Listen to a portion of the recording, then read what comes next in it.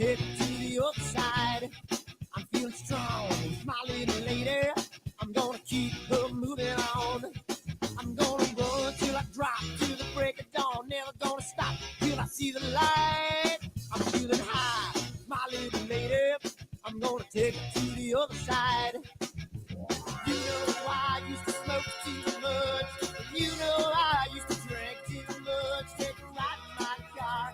You can get me high, high, high. You know I used to smoke too much. And you know I used to drink too much. Take a ride in my car. We're gonna get real.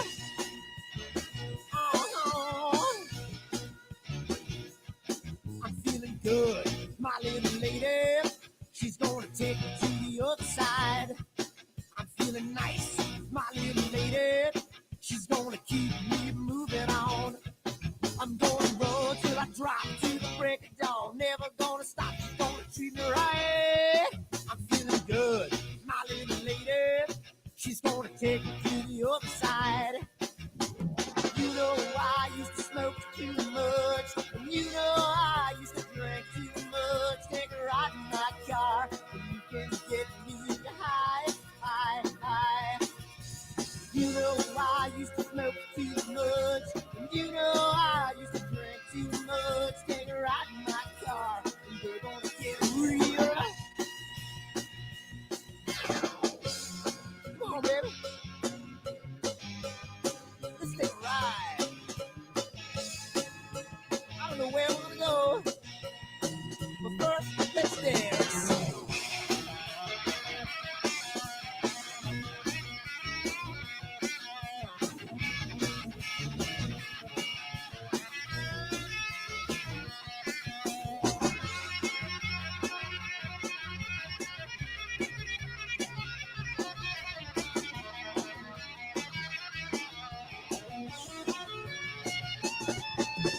You know I used to smoke too much. And you know I used to drink too much. Take a ride in my car, and you can get me high, high, high.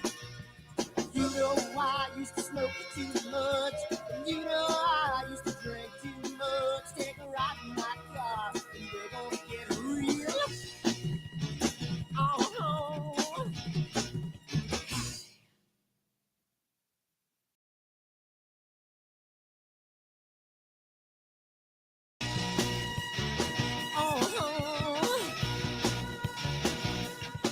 I'm feeling high, my little lady. I'm gonna take it to the other side. I'm feeling strong, my little lady. I'm gonna keep her moving on. I'm gonna run till I drop to the break of dawn.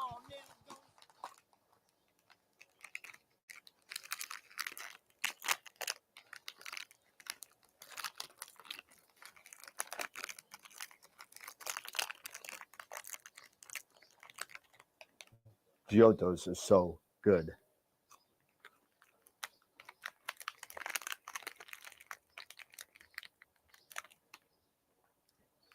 These chocolates are, what? Chocolates? We're here about astrophotography. What are we doing? Wrong video. Whoops.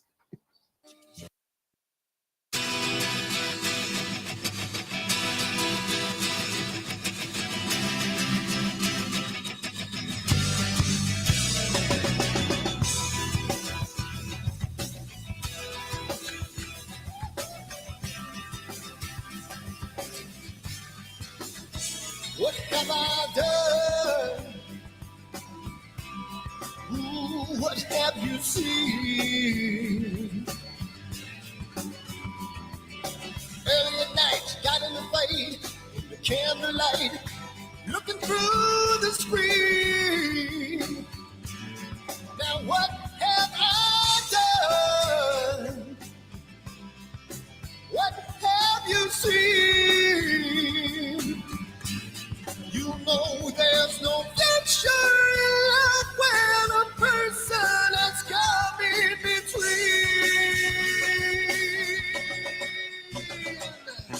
Jamie's gone, Jamie's gone. Can't look back and now he feels so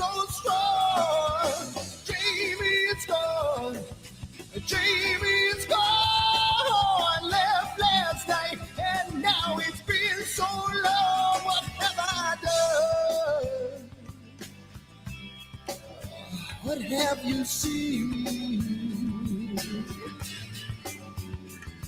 There was nothing to say, it took her away, and I feel the pain, made love in vain. Oh, oh, what have I done? What have you seen? She knows there's no future in life when a person has come in between.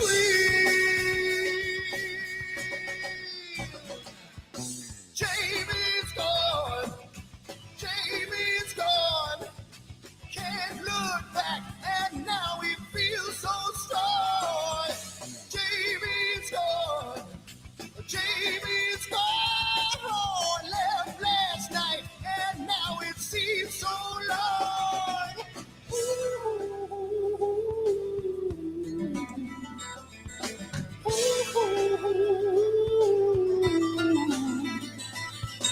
You can't hear these words I say when you're a million miles away. Yeah.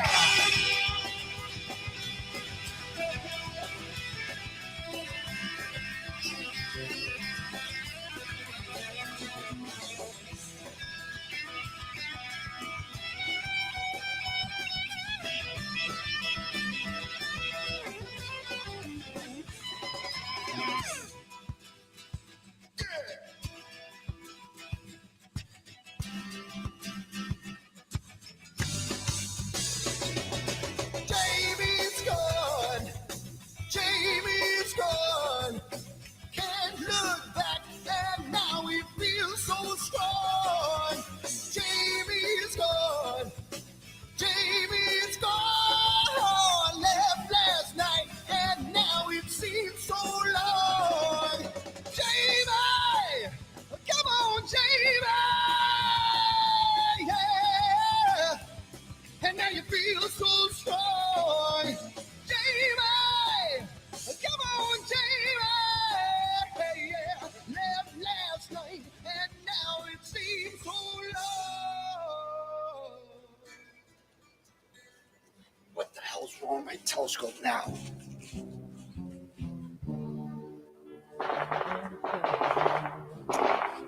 Yeah, what's wrong with this thing?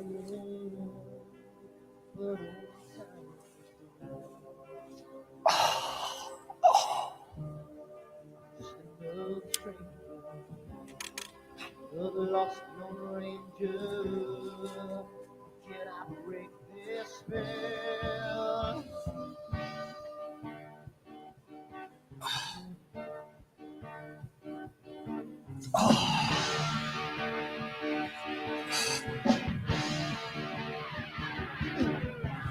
Do one thing right, do I make you do things wrong? If I want that fine line, I will always take it on.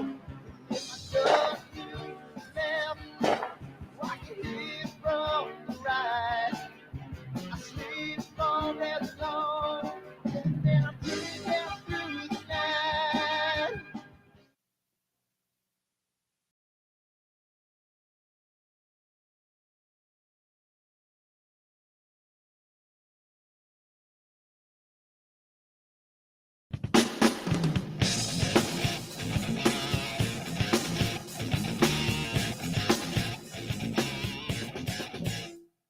I've seen a lot of bankers, and I've seen a lot of cops.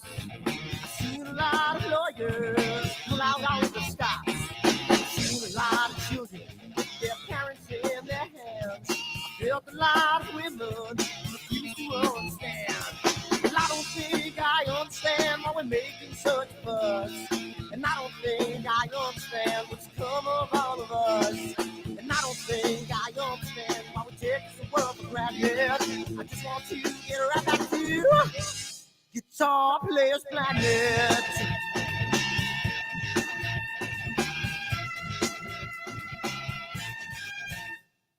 You see it in the papers, you read it every day. The riots and the fires going on in South LA. The muggers and the government, they're all wanted asking the same thing. The check for your money, I'm whatever else spring. Well, I don't think I understand why we're making such fuss. And I don't think I understand what's come of all of us. And I don't think I understand why we take this world for granted. I just want to get right back to Guitar Players Planet.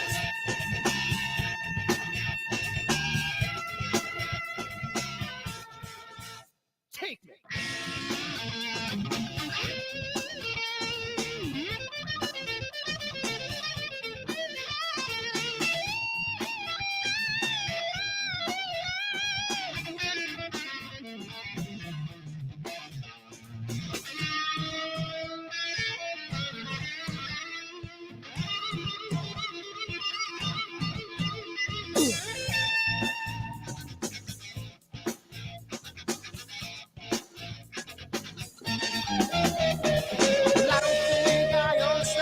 Making such a fuss, and I don't think I understand what's come of all of us. And I don't think I understand why we take this world for granted. I just want to get right back to Guitar Players Planet. Guitar Players Planet. Guitar Players Planet. Guitar Players Planet. Guitar Players Planet. Guitar Players Planet.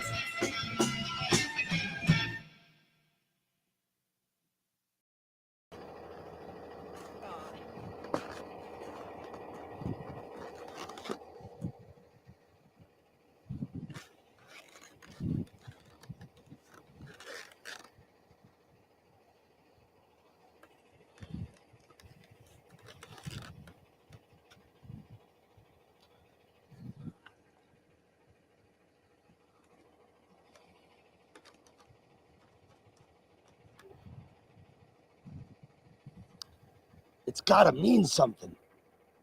It's gotta.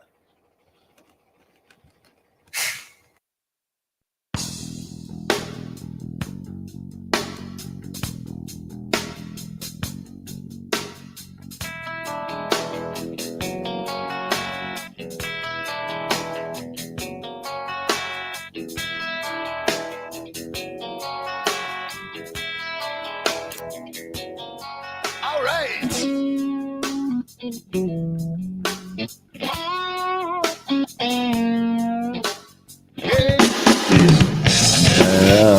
I don't know, man. Dustin, sorry, I don't know why I called you Daniel. I thought you were calling me Daniel. I'm like, what? No, God, no. I was like, my mother calls me Daniel. Anyway, we're live. So, hi, everybody. What's going on? We made it for another hump day at AstroWorld TV. We're hanging out with Dustin Enfinger from Amateur Astrophotography magazine. And he's going to come and hang out with us and talk to us about what he's got going on. That AstroWorld is a advertiser in that magazine as well. So we'll talk to Dustin in a second. But I know I'm a little bit of a mess, like a little bit more of a mess than normal. But you know, we'll get through this. Normal? Than normal, yeah. So my normal messed up phase times it by 2. I can't even move. So if you see me just stationary like this, I can't move. So you know, thanks, Matt. Appreciate it. He's the man in the box. Oh, jeez. That's a great song. but how's it going, everybody? Steve Ibbotson, I see Matt Draxler, Tom Peter, Nikon Jax, Chris Frierickson, Ross Hampton. Thanks for coming by and hanging out with us. It's going to be a good night tonight.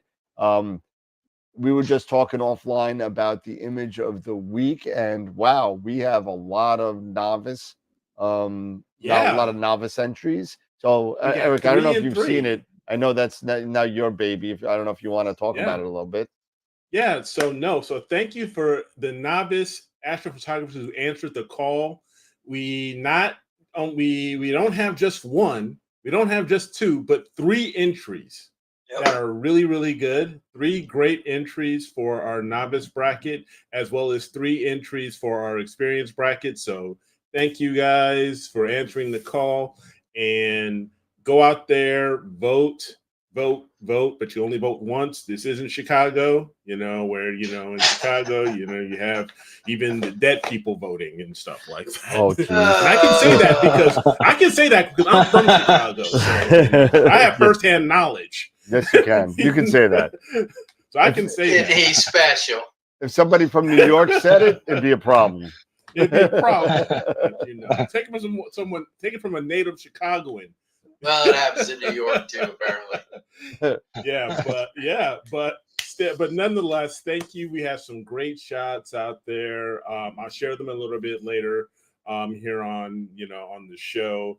But Dustin, man, great to have you on, and looking forward to hanging out with you and hearing about the magazine and just us chatting, about astrophotography and the magazine. So yeah, I mean, let's rock and roll. Yeah, sounds good to me. Yeah, so Dustin, why don't you introduce yourself a little bit, because I gotta switch the title, because I switched your title for a second because I put it on, took it off. I actually made a typo, so I'm gonna fix that real quick. Oh boy. Well, it's okay. He's boxed in. We'll cut him some slack. It could have been a bad. It could have been a bad. I could have wrote like, AA magazine. Then there was Alcoholics Anonymous. So watch us go through the 12 steps, and once he finished those 12 steps, he get a chip. we were doing that last week, right? Yeah, we were doing that. I mean, to be fair, if you get into astrophotography, there's a good chance you'll need AA.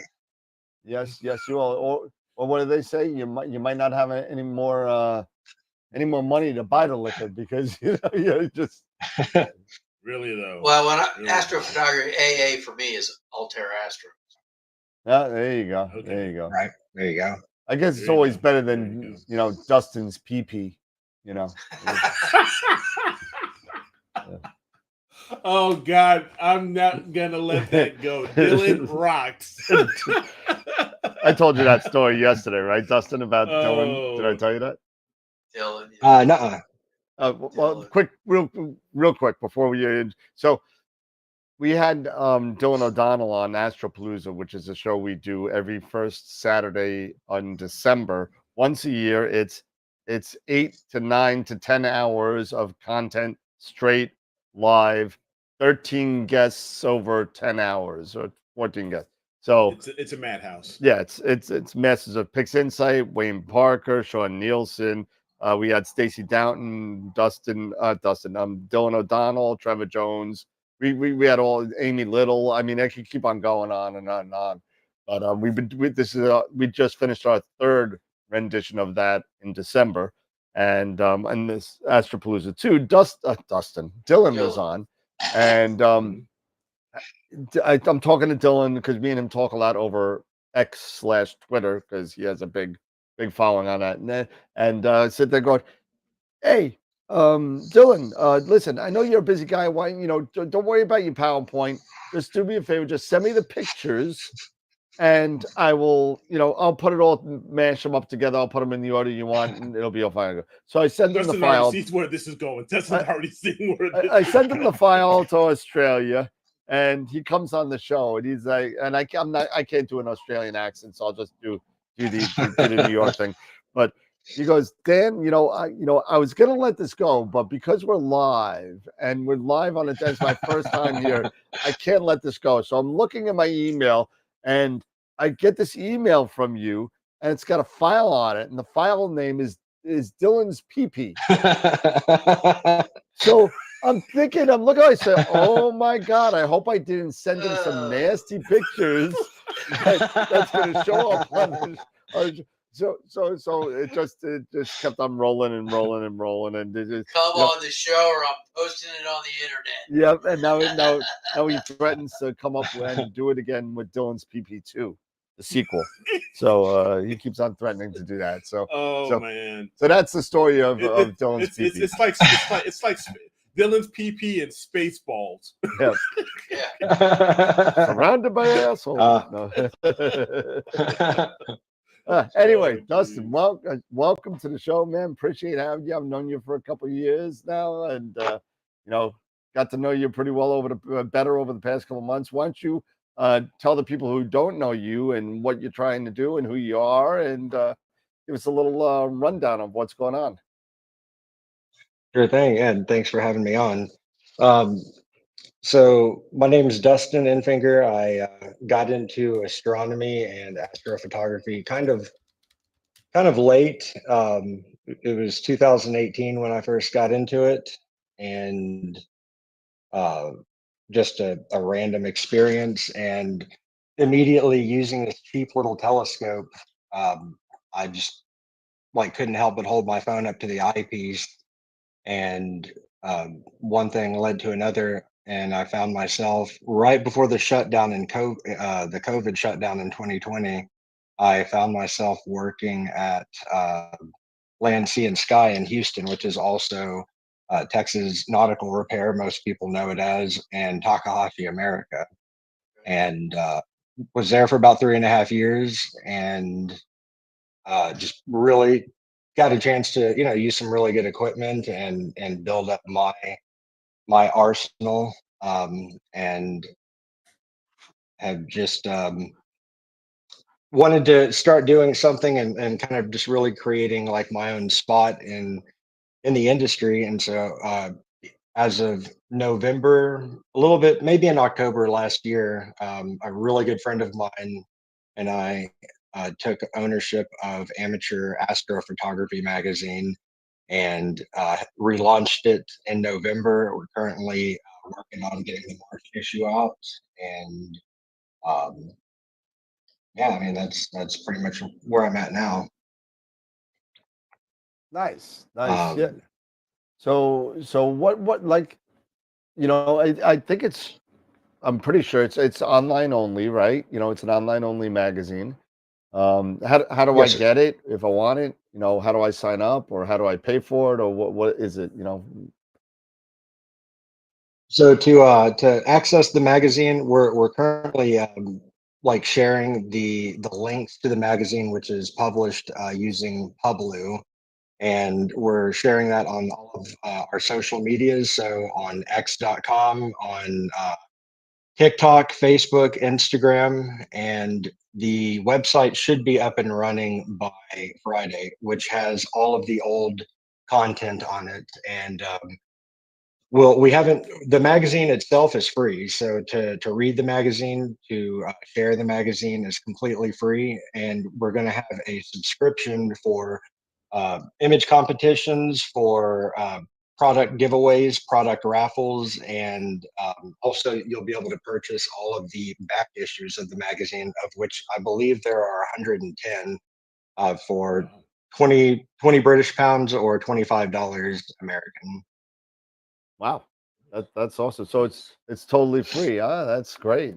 So I keep on seeing it when obviously I go through it when I get the link, and I go take a look at it, and there is a lot of vendors that are involved. There's a lot of writing involved, a lot of great articles, a lot of great content by the people that you already know. I know that Ron Breacher's been in there. I'm sure you've had a lot. That's the one that comes to mind. But you've had a lot of stuff, and a lot of stuff from members too. So Absolutely. I mean, it's one thing we really like about the magazine, with it being digital. We have total control over the layout, the format, which we're consistently improving and looking to implement design changes and like interactive features with the magazine. And no, and you're right. We have I've we've had a lot of great articles come in, and I do enjoy the fact that we can have a lot of reader contributions and include those in there. I'm trying to get the link up here. Just for the last. Okay. Yeah, I was actually pulling that up because did the magazine take somewhat of a hiatus a little bit or something? Because I see like on cloudy nights and stuff like that, people are asking, "Hey, is the magazine dead? You know, what's going on here? What's going on there?" So I don't know if you wanted to update us on that, or or see if that's gotten all straightened out. You know. Oh, absolutely. Yeah, it was, it was Steve Linden, I believe, right, that started the magazine, and he ran it for 10 years, um, and then after we took ownership of it, and thanks for mentioning the Cloudy Nights post. I do remember seeing that when I searched Google for the magazine, and I do want to make sure to go and update that once the website's available again. Then I'm planning on going and updating that post and making just a fresh post on Cloudy Nights to let everyone know that the magazine is indeed back, and we're looking to take it to great new heights. Nice. That's awesome. So, so yeah, I mean, guys, if here in the chat, if you have any questions here for Dustin, feel free to go, start shooting those in the chat, and we'll relay those and stuff like that. But one thing is for me is what really got you, and I'm sorry if you've already answered this, but really what got you into saying, you know what, I want to take the reins of this, or I want to really be a part of this. And when it went away for a little bit, now you brought it back for these past couple years. What was your motivation to say, yeah, let's do this, let's bring this back, and let's let everybody know what's going on? That's a great question. I'd say I definitely have a pretty like intrinsic like magnetism to entrepreneurialism, and just I saw it as an opportunity to, for one, kind of honor the legacy of what it had already been, and the place that it held for people, and just a really good opportunity to do something and to create a presence myself in the community, and to be able to continue doing on a global scale what I really enjoyed, I think, the most when I worked for Takahashi America, which was just to connect people to information. I mean, working at the shop, at the brick and mortar store, I had the opportunity to work with everyone in astronomy, from, hey, I just saw on the news there was a meteor shower. I want to get a telescope to view it, to people calling from, observatories, and or Adam Block calling, and, hey, I need a focuser for my Epsilon 180, and just getting to connect people to information, and facilitate the realization of whatever their goal was as best as possible. So I Gotcha. think knowledge is power, and I love connecting people to information. Absolutely. Absolutely. So you mentioned you have an arsenal, since you've worked at Takahashi. Um, Give us a description of what that arsenal is. What do you have, in your astrophotography stable with it? So currently, what I'm using the most, as of recently, it would be a scope that was sent to me by Founder Optics, and it's the FOT 106. And I'm getting ready to finish up a review on that, and there'll be a written article review as well as a video review for YouTube, and just kind of going over the technical specifications of it, the history of the company, and just like the performance of it, the testing. And so I've been using that the most, and I've been using iOptron mounts pretty much since I got started. And I've got the CEM60 EC, the CEM70, and I have both of the ASI full frame cameras, the color and the mono. And then I have a C11 Edge that I'm about to start breaking into, and really taking that through its paces. And I do have a Takahashi FSQ85. don't have my dream scope yet from Takahashi, which is the TOA 130, but one day. Okay. That's a big boy. You want to? Yeah, that's gonna say you want to dream big, huh? Yeah, so I don't know if it's just wishful thinking, but should I get the money to drop on it, I would like to have a mount big enough to carry 4 of those simultaneously, so I can shoot LRG and B, or HA, S2, and two cameras running O3 at the same time. Okay. That's sweet. Wow, that is sweet. Who needs a filter wheel? We'll just buy 4. We'll just buy 4, scopes, 4 OTAs, and just go for it. Well, I'm up to 2, but they're all different apertures. So Yeah. Dustin, I've corresponded with you back and forth at Land, Sea, and Sky. You took care of. I bought a 294C Altair from there. I was having issues with it. I had to send it back. You guys got me squared away. But between dealing with you and Nick, it was pretty simple. I mean, it took a while. I guess it was a lot of figuring out what's going on with it, and then I guess Nick was like presented. So, What were you using the 290 for? I had the 294C, the Altair, and it was having weird issues. I'd start imaging, sequence would start, it'd get about 10 images in, and the next thing you know, everything was blown out, bright green, and I think you had sent me an email saying that you had done some tests and figured out, after a while it would go non-linear. It would just everything blowing out of the sensor. So, but it worked out.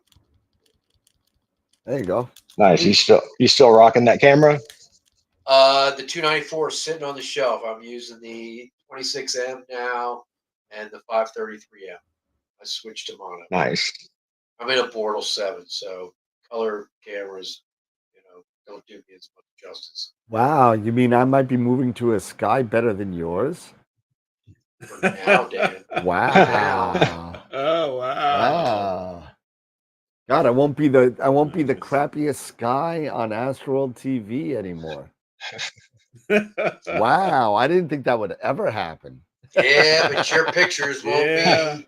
Well, it was not going to help your pictures any. Oh, yes, it will, because you know what? I'll have a better Sky than you. I'll have no telephone lines. But you won't have any time. And you won't have. I was going to say you won't have any time. No, and I'll have a time. roll-off roof that opens and closes and just goes through the program and takes the data. Then I send it to Eric to process. Oh, great. Because you're right, I don't have the time. So I'll get all the data you want. So it's funny. I got the last 2 nights. I've night before. I guess so. Sunday, Monday, had 2 good nights, and I got the two scopes out there doing 3 different targets. So, and I went to put some of it together last night. So which 2 scopes? You had the 127 and the Carbon Star? 127 with the 2600 on it, with the 571 on it, and then the Carbon Star with the 533 on it. There you go. I went to put some of it together last night and realized I don't have darker bias frame library for the 533. So I couldn't stack them. So I'm in the process right now of taking dark frame library and getting bias frame from that.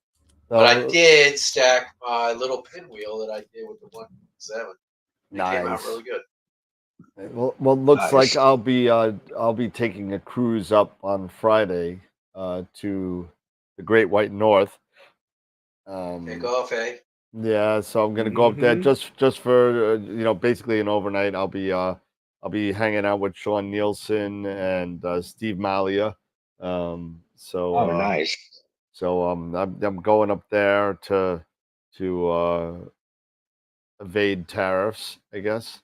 but so, so, Theirs or ours? Hours, you know. So, but you know, no, going up there to hang out. Well, everybody knows the travesty that's been going on, trying to get this carbon star down to Starfront, right? So I have this carbon star that's literally been sitting here for like 2 months. The focus is on there. The new rec and pinion is not. I just got to swap that out really quick. Now you got to buy the dew shield. I'm not gonna do that. Not because you know what? I bought the Deep Sky Dad flat panel for it. Right. That could fit right on the dew shield. It'll fit right on the front of this too. I don't need it. What do I need a dew shield for? It's like it's got like, you know, it's the middle of the desert. I'll be fine. Don't worry about it. Okay. I'll be fine. Well, you're crying because you got dew built up on that secondary. Yeah, not gonna happen. Not gonna happen. And if it happens, then I'll just go to, you know, Virginia and steal Dave's. So, hey, I drive to Canada to pick up a pier. You know, I may as well drive, you know, to Virginia to steal dew shield. So, Why not? Hey. Hey, so Dustin, Where's you mentioned you've got an 11, a Schmidt SCT, an Edge 11 now that you're about to put through its paces. What are the targets that you enjoy going after? Are you more of a planetary guy? Do you like doing, or are you more of a deep sky or EAA? What do you think you enjoy more as far as astrophotography? I would say definitely deep sky, and mostly nebulae.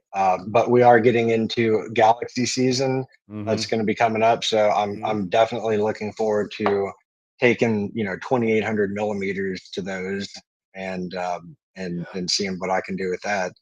And so that'll be kind of I've shot with the C11 at f7, but never at the native focal length. So that's going to be fun, just puzzling that out and getting all of that going good. And but then wide field, I do really enjoy using the FSQ85 for wide field. Sweet. And then I'd say when I first got into astrophotography, it was in, I said it was in 2018, and I had a little 70 millimeter Acromat that I was using, and then I bought what I thought was a really good telescope at the time. It was a Celestron Omni XLT120. Nice. On the CG4 mount. Sweet. Just like, oh, that CG4 is wonderful. Oh yeah, and I bought the. I actually took it with me on vacation to California one year. I think it was 2019, and that's when I first. I went to AstroWorldTelescopes in Orange County and bought a little smartphone adapter, that Celestron 3-axis one. Yep. And which beat the hell out of my little piece of plywood with a rubber band that I had on it and a hole drilled in it. I mean, I'm what can you say? Try to be ingenuitive with stuff, and then so I was really mostly going after planets initially because I didn't even know about deep sky astrophotography. And then I saw a picture of the Orion Nebula up on the wall at AstroWorldTelescopes and started searching on YouTube. And then boom, I think Trevor Jones' video, "Let's Photograph the Orion Nebula," came up. And I was like, oh man, I was like, oh, I'm in trouble. I'm in trouble. Like there's a lot more to this that I am going to dive so headfirst into. And I think later that year, I picked up a Raza 8 and the AVX combo from OPT, and I was using my little ASI 120 MCS on that scope. It took me 12 panels to mosaic the Running Man and Orion. And yeah, but those even in those kind of those early painstaking days of just trying to make the most of what I had.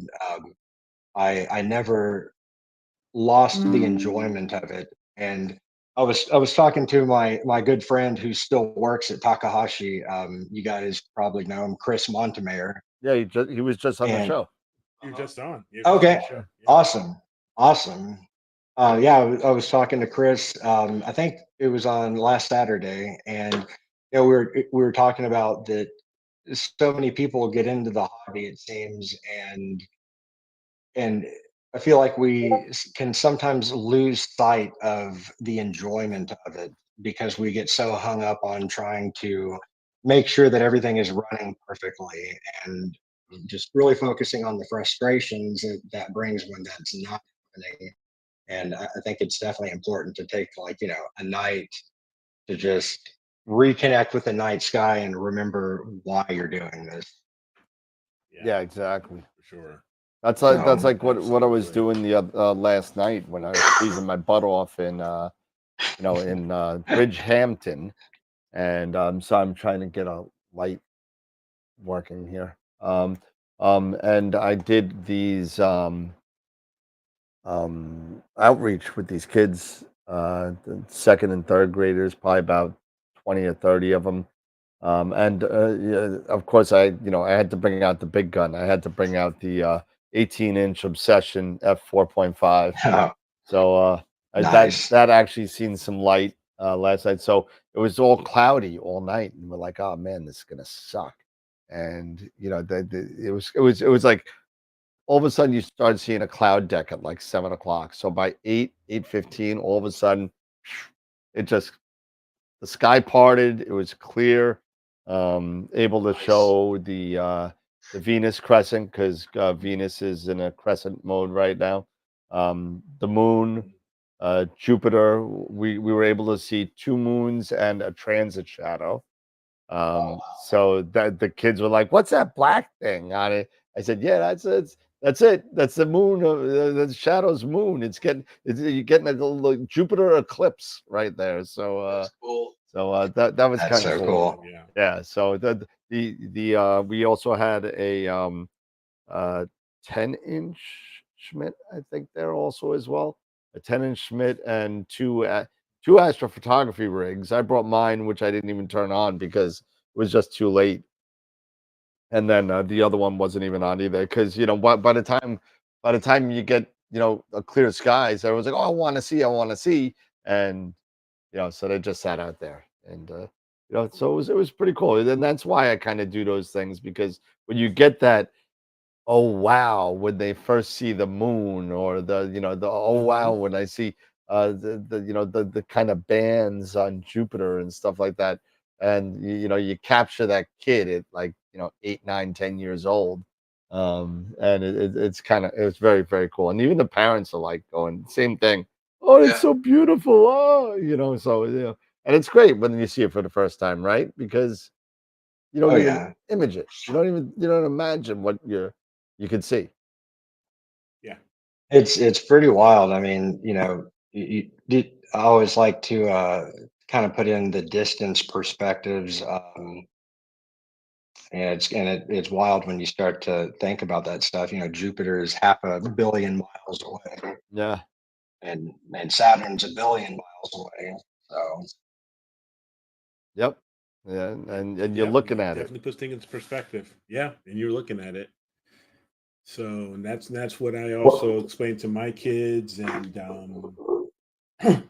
my sisters and my family. I'm like, when you take these photos, there is a person in our Sky Shed, because I own a Sky Shed pod in the Google group. In the Google group, he's also his name is also Eric, but he says, I'm a time traveler, and it's the same thing. Yeah, Yep. you're trying to explain, to the average person to say, when you realize they say, "Oh, that's great. That's really cool. Yeah, thanks for sharing that." Like, do you realize how old that light is that you're seeing? right. Yeah. You're actually traveling back in time because that is thousands of light years in certain cases away.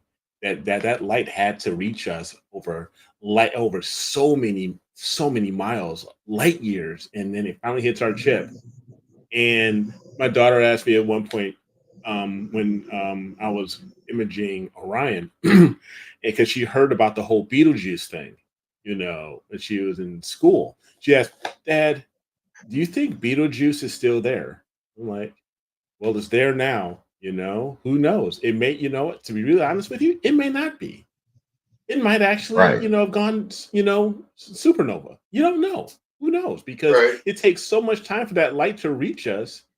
In all actuality, in the present time, yeah, it could have exploded, and we would never know. Not at least not in our lifetimes. Right. So it puts things in It is. perspective. It's pretty wild. I mean, there's definitely a lag between what's going on in place there between what we're able to observe. Yeah. And Exactly.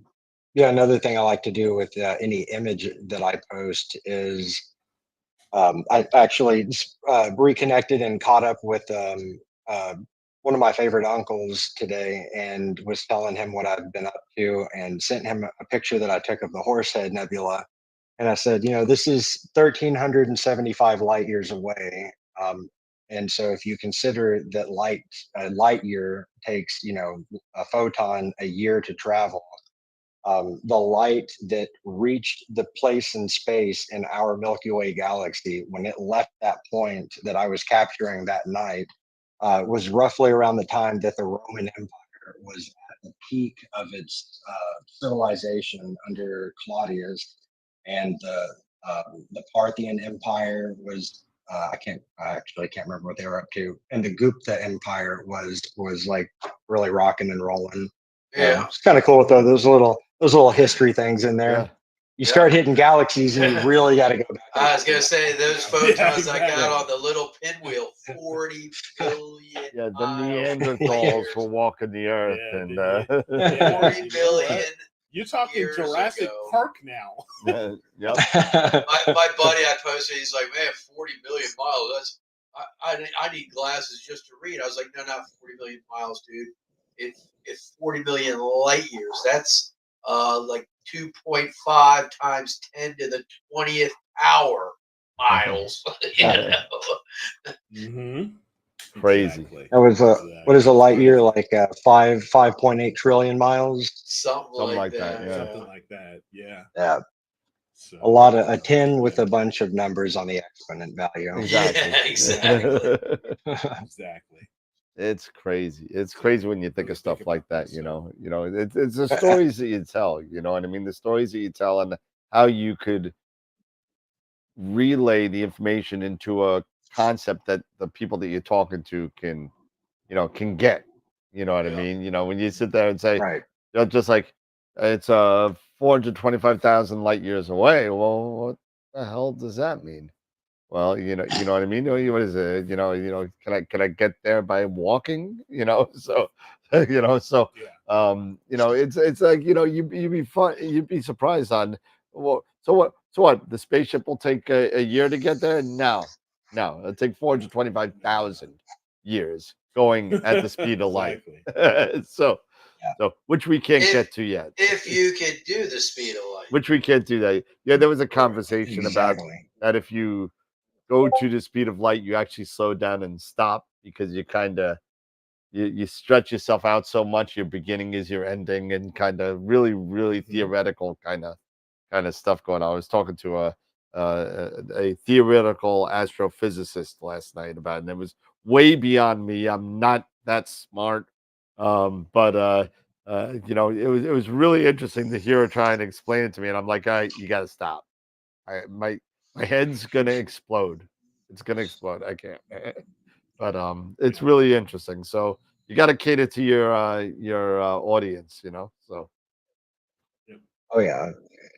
Yeah. Otherwise, you get accused of trying to talk over people. It's like, not what Or- I'm doing. I'm just a total nerd. I'm sorry. yeah, or worse, talking down to people, and Right. you know. Yeah. That's what I meant more so. yeah.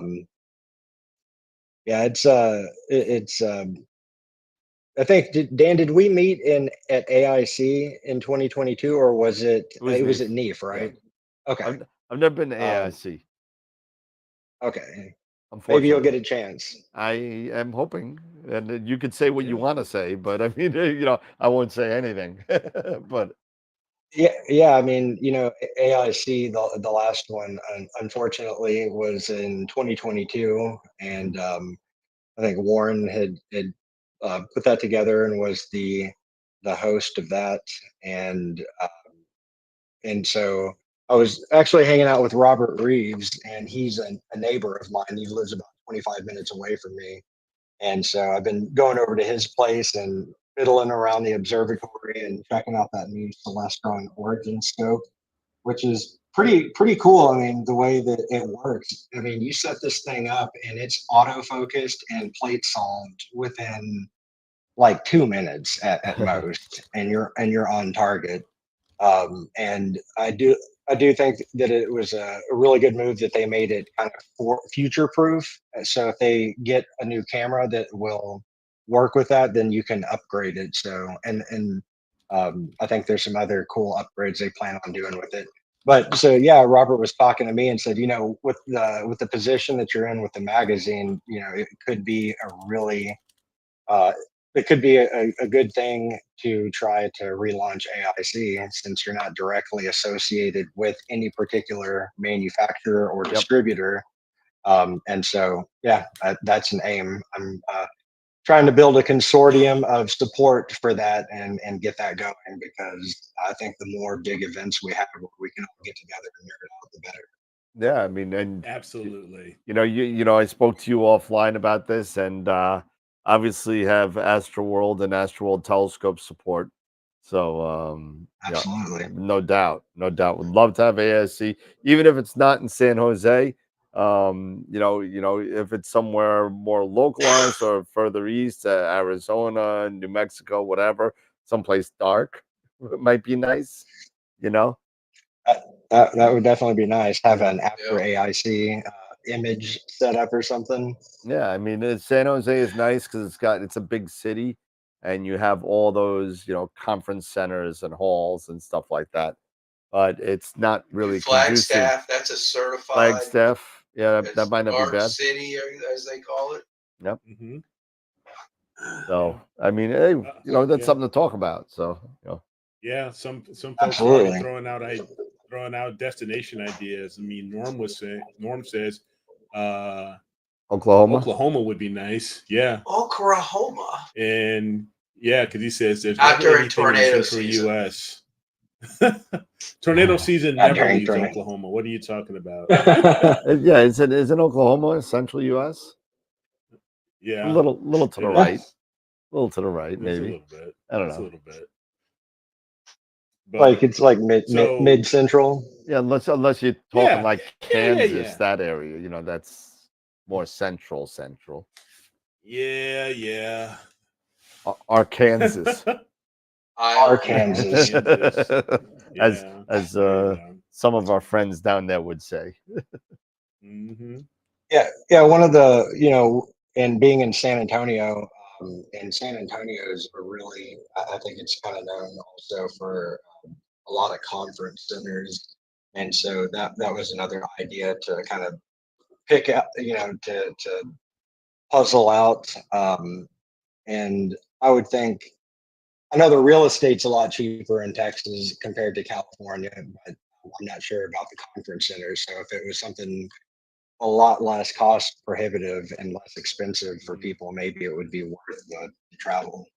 Yeah. Plus, we got the Yeah, maybe Alamo, and we're, there's you could get a conference center right on the river walk, so you can walk to the Alamo, or just there's a lot of restaurants, so they're Nice. good kind of, uh, I guess, amenity centered mhm, location. Yeah, absolutely. And yeah. get Hey, some maybe Texas it could be even barbecue. like Oh maybe yeah, it could even be a little bit like taking a page out of Neef's book. Not to maybe there's a community college or something like that that would be willing to host it in maybe their gym, and having a few rooms that you can have sessions like after imaging sessions and stuff like that. That may not be too far from a dark sky or may right.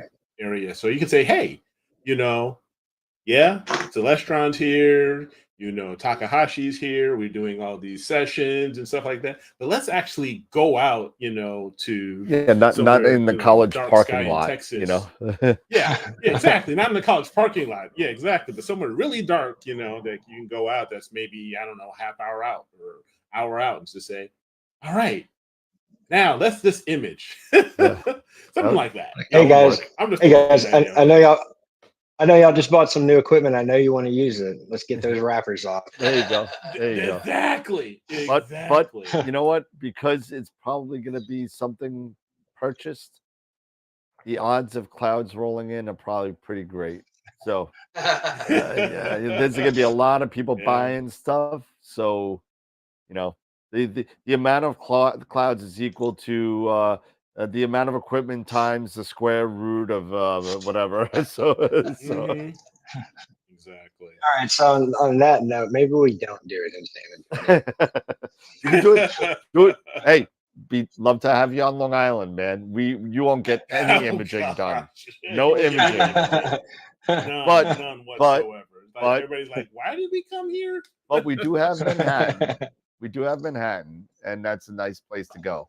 So Oh yeah. you know, there's a lot of astronomy things. There's the astronomers come atomic out. clock. There's, you know, a lot of people don't. Protest light pollution.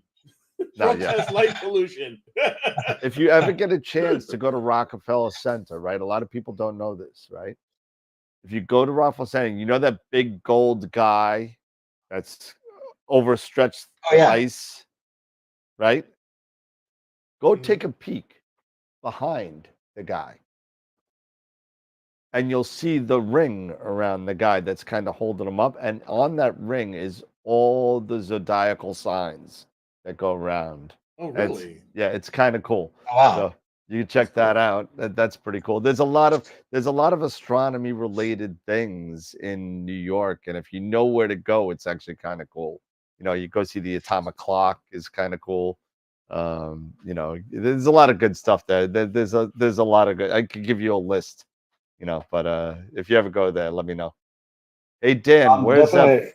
where's that filter? I'm sorry, I got a question. Where's that filter? I want some more clouds. It's coming. It should be here.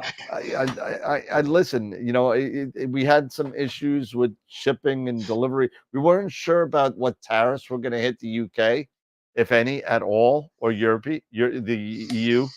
So we were kind of waiting to see kind of what happened before they started shipping. It looks like it's going to be okay, but what I said is coming true, and you guys are gonna. I don't want to. I'm not going to mention companies' names right now, but there are Chinese companies out there that come next week will be raising prices only in the U.S. market to help. Of course.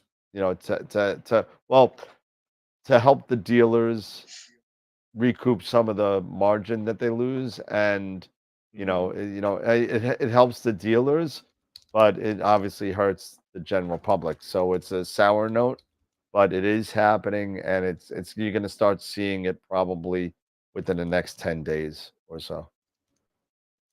So Yeah. Wow.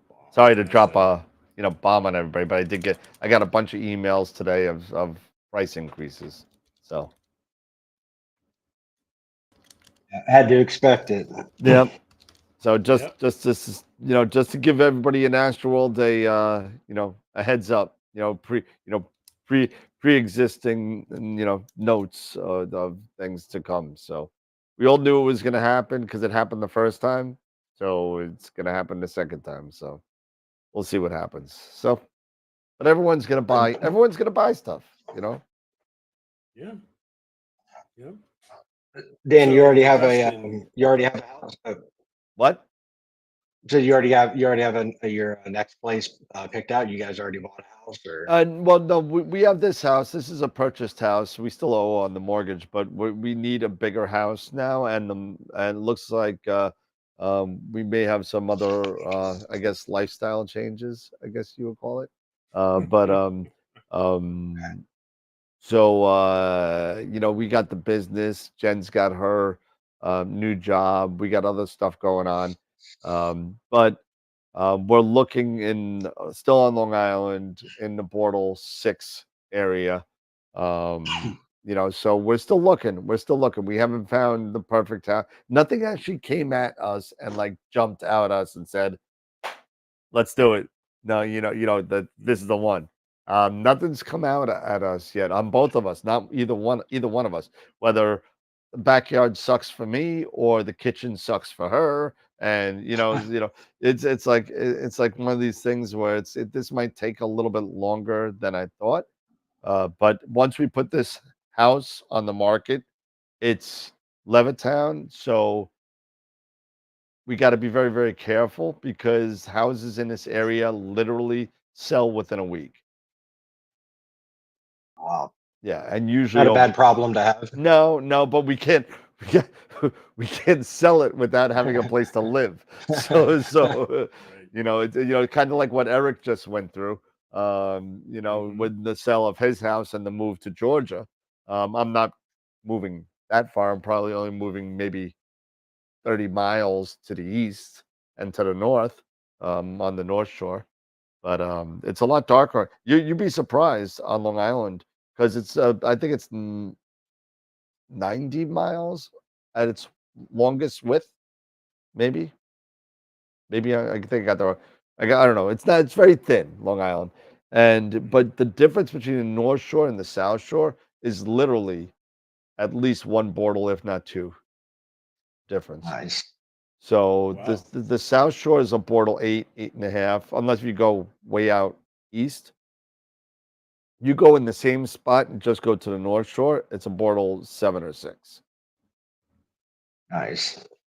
That'll make a huge difference for imaging for sure. Oh yeah, absolutely, absolutely. I can actually get some data that I actually care about. So Yeah. Without having to rock I've got a 3 nanometer question. filters. Yeah, there it is. You won't have to worry about that. Well, in a Bortle 6, Bortle 6 or 7, you can probably get away with like a 5 nanometer or 7 nanometer in a Bortle. yeah, but I got my 6. 3s. I'm not going to go by more. I'm not going to go by 5s. Yeah. It's not. What I'm curious to see is one-shot color and the difference between here and there, because it is a Bortle 6, and I'm still in the 19s as far as the SQM is concerned. I'm not at the 17.8 I'm at now, but I'm wondering how much more I can push it in a Bortle 6 than I can here, as here it's just almost, it's not impossible, it's just difficult. So, hey, Dustin, got a question for you. In the Sure. magazine, since you have been, leading it, for this time, what has there been any particular articles or anything that you can think back to say, this was something, was it a really memorable article or anything, that you had published that you still can remember, nowadays? You can remember today that says, looking back and says, that was pretty cool, that we were able to post that here. Yeah, that's an awesome question. Just going back to, I believe it's important to really enjoy what we're doing and not just fight with equipment and stuff, right? I'd say probably the most memorable and just it was kind of a first for me because having gotten into astronomy kind of late and not having a lot of experiences of going out to meteor showers or seeing eclipses and stuff like that. I After I had moved to San Antonio from Houston, I just saw on Facebook that the Perseid meteor shower was peaking. I think it was like around like August 12th or so last year. Mhm. And so uh, I think I had the weekend free, and I called my mom and asked if she would want to go check that out, see if we could drive out to Hunt or somewhere darker west of Kerrville, which is in the hill country, and check that out to see how good it was going to be. And and then I got to Kerrville, and we went to Ingram, and she said, "Oh yeah, you know, they moved the Stonehenge replica to Ingram, and it used to be way out in Hunt, like an hour west. And so it's a full size replica of Stonehenge, but it's perfect, so you know that it's not real. None of the stones have fallen off or anything." And so I went into the Hill Country Arts Foundation and asked someone if I could set up there that night and try to shoot the Milky Way over the replica, and then just set up a camera to do some recording to get the meteors. And they said, yeah, that's no problem. Here's my phone number, just in case the police department rolls by. You can say you've got permission to be here, and they can give me a call. And they said, we'll turn the lights off for you, because at night it's all lit up. So they shut the lights off in the parking lot and around the installation. And I was able to get some pretty cool shots of the Milky Way over the Stonehenge and through some of the stones with a really interesting framing, with just my stock DSLR and my smartphone, which is kind of wild what smartphones are able to do nowadays. Oh yeah. And then Yeah. right, I mean, like especially the Android ones have a dedicated astrophoto mode. Yep. Yeah. And then I'd been wanting to really do a Star Trails image. I'd never done one, and I knew that there was a Star Trails mode on the phone. And so I set up, I was exhausted. It was like maybe 3 in the morning or so, and I set my phone up on this little tripod and hit record, but I forgot to hit the Star Trails icon. So it just recorded the time lapse of the stars rotating. And so I was like, okay, well, that kind of stinks. It's over. I woke up in my car like at 6 in the morning, daylight's breaking. And so I went home, or I went to my mom's house and was watching the video, and I was like, man, the freaking lights across the street got really bad last night, because this red glow came in and was like shimmering. And then I started looking up on spaceweather.com, and it said that because of a really Oh, the X-class aurora. storm, the aurora had come all the way south, as far south as Mexico. And so I was able to capture the auroras on that time lapse, and then I was able to stack the images after I ran it through PIP, and still get my Star Trails image. But yeah, I'd say that was probably the most memorable. Was just a random, spontaneous, throw some little cameras in the car and go, and just I sat out there under the sky and just really enjoyed myself. Nice. Awesome. That's really cool. Now, how do you get, or how do you get contributors to send material, or how do you let people know, hey, if they want to send an article or send contribution, contributions like photos or anything like that, how do they go about doing that? The easiest way to reach us, we have a dedicated email for the magazine, which is amapmagazine@gmail.com.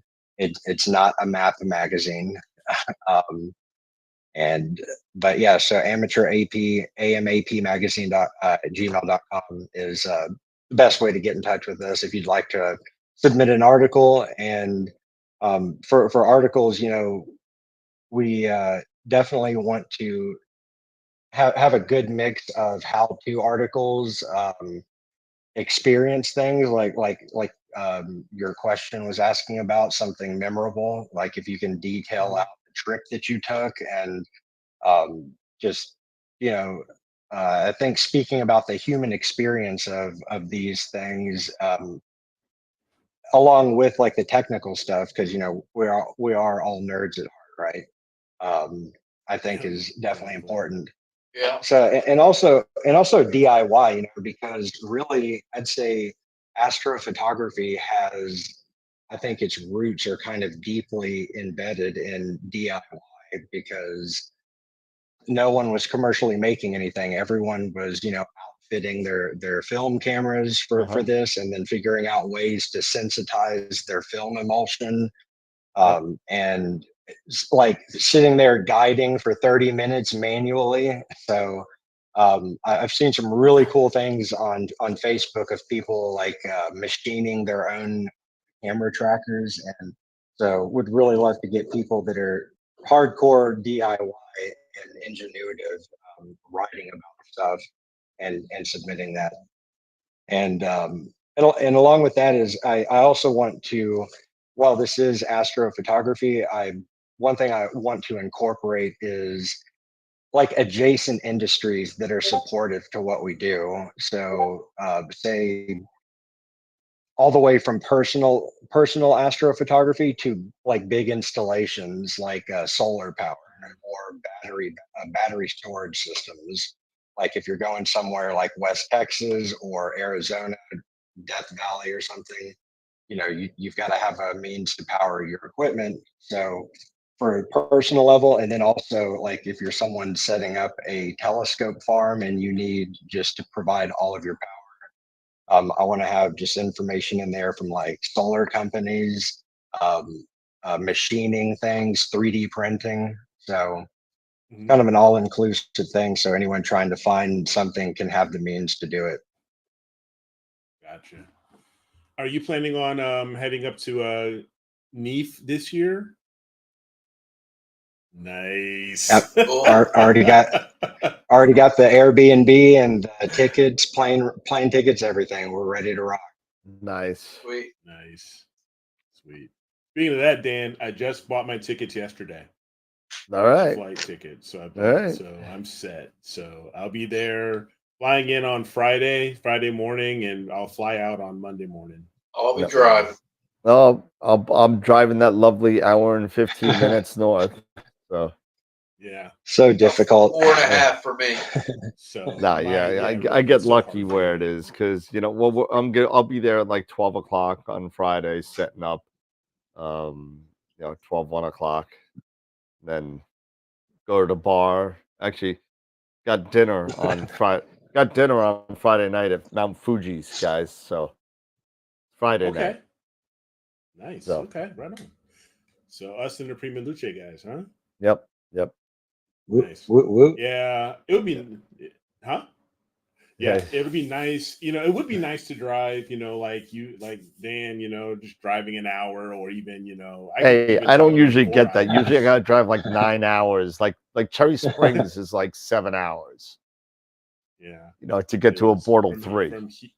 Yeah, because from here to get to NEAP, because I was looking at Google mapped it, it's like 13 hours. That's about right. I was like, yeah. I was like, okay, yeah. Well, the good thing is you don't have to drive through Manhattan, because you don't have to drive through Manhattan. If you had to drive through the city, it'd be like 17 hours. Yeah. That's no joke, man. No thanks. You hit the New York wall, man. Yeah. I've only lived here in Central Georgia now for a couple months, and I hate just driving through Atlanta. It's horrible. So no thanks. I'm good. Where did you move from? I moved from a town, Belvedere, Illinois. It's next to Rockford. Actually, and if in correlation to Chicago, it's about an hour to hour and a half northwest of Chicago. I'm closer heading towards Madison, Wisconsin. I'm heading towards the state line. Okay. Towards Wisconsin. So yeah. Yep, and nice. then moved down here to Atlanta just before Christmas. And yeah, I've driven through Atlanta traffic enough times to say, yeah, I definitely don't want to do that again. And how many times I've driven through Atlanta traffic? 4 times. That's it. That was good. I know everyone in the city always. We all have our horror stories about traffic if we live in the city, right?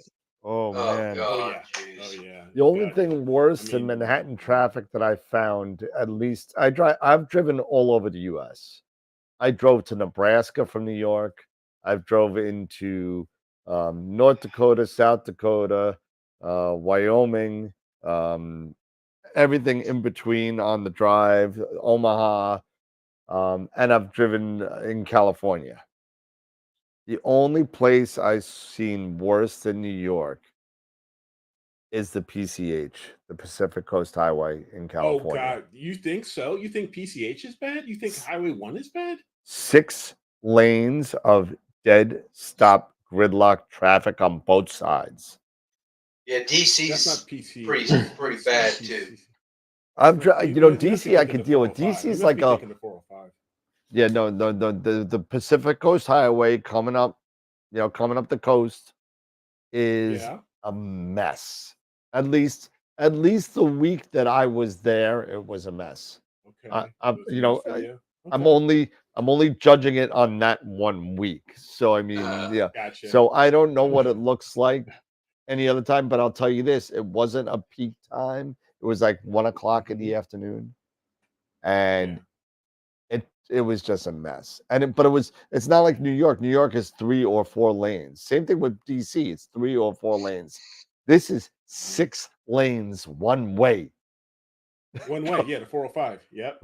Going 405 is 6 lanes, and it's just there's no frontage roads, there's no side roads or anything like that. The 405 is a nightmare. Yeah. It is a freaking nightmare. It's bad. Oh Yeah. man, so yeah, no. Boston's And not bad. done that. I've driven to Boston a bunch of times. Boston's a piece of cake. I've had to. I took. Speaking of Highway 1, the Pacific Coast Highway, I drove from San Bernardino to Vandenberg Air Force Base. I had some friends, and my stepkids were living there, and went to go visit them. And somehow I managed to drive the 5.5 hours one way, and realized once that I had arriven there that I did not have my ID with me. So I had to drive 5.5 hours back, and then 5.5 hours back. Yeah. But It's like Ouch, a yeah. 20-hour Yeah. drive, man. You should have just driven to Florida. Ouch. Yeah. yeah, Oh, and Oh. I've done that. I've Yeah. done that drive too. Yeah, 2019 November, I drove out to Cape Canaveral for the Mercury transit, just Nice. because it was a potential chance of clouds in Texas on the Gulf Coast. So Nice. 18-hour drive, it'll That's be for worth it. sure. I got a picture of the Mercury transit. It's probably the worst photo I've ever taken ever. And I've taken some pretty bad photos, and that says a lot. So this thing was the sun was pink, and the dot that was Mercury, that little dot was like a black ant. It was like kind of like stretched, and it was. I did it through a Solar Max that I never even used before, but it was pretty bad. It was pretty bad, but I still have it. I still say that's Mercury. So It's pretty wild when you look at that. Yeah, mine was nothing fancy, just a white light filter on my Celestron 120. yep. But even that experience was super cool. I mean, I got to I had a 1 by 1 foot piece of solar film, and Yep. just had a pair of scissors. People would come up, hey, you want to see Mercury passing in front of the sun? It's not going to happen for another, like 23 years or Yep. something. And cut them a little piece, and they'd rubber band it to their binoculars, and boom, we had like 15 people looking at the sun. Nice. Yeah, I did the same thing with the. I did white light with the Venus transit, and that was a lot of fun because you know what? I got some really cool pictures of that because it was weird. It was very cloudy where we were, and the clouds just made the picture look so much cooler. Because it was a black cloud over the sun with a black spot on it. It was like, because it was all white light, right? So, but it was pretty cool. I got to show you the pictures. They're pretty wild. Yeah, it's when was the Venus transit? What was that 2012? Was it? There was 2 back to back, like within a couple years, and then it's not gonna happen until I'm dead. But I mean, it's Yeah, like same. I want to say it was 2012. I could be wrong. Nice. I don't know. That one would have been Mercury is pretty tiny, so Venus would have been super Well, Mercury cool was to see. 17, I think, if I remember right. Venus transit. Let's see. And of course, Siri doesn't work. So Of course it doesn't. Of course it's not. just horrible. I That's mean, how it is. I That's swear, how it I is. swear, the phones have got dumber since COVID. I really do. I really believe it's a COVID conspiracy with the cell phones. The spell check sucks. Siri and Alexa got like totally stoned and had a bad trip and never came back. And you know, it's just it doesn't even spell things right anymore. Not even with the context. It used to figure it out that all right, well, it's wrong because of the context is what it is. And So you want to know the next Venus transit no, of the when the sun? last one was. Oh, the last. Yeah, Next one's when's not when's till 2117. Yeah, I'm gonna be way dead. December 10th and 11th on 2117, and then December 8th and 2125. So the last one was I'll get my Airbnb set up for that. But do June you guys book 56, 100 2012. years out? Was it 2012. 2012? Okay, 2012. 2012. Yeah, so yeah, 2012. And I think 2017 was the Mercury transit. Yeah, you guys got to take part in that. How long have y'all been into astrophotography? I've only been doing it basically since the pandemic, 2021.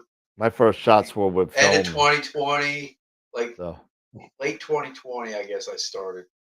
yeah, my first shots were with film, and then I got an adapter for my HP Photosmart 815.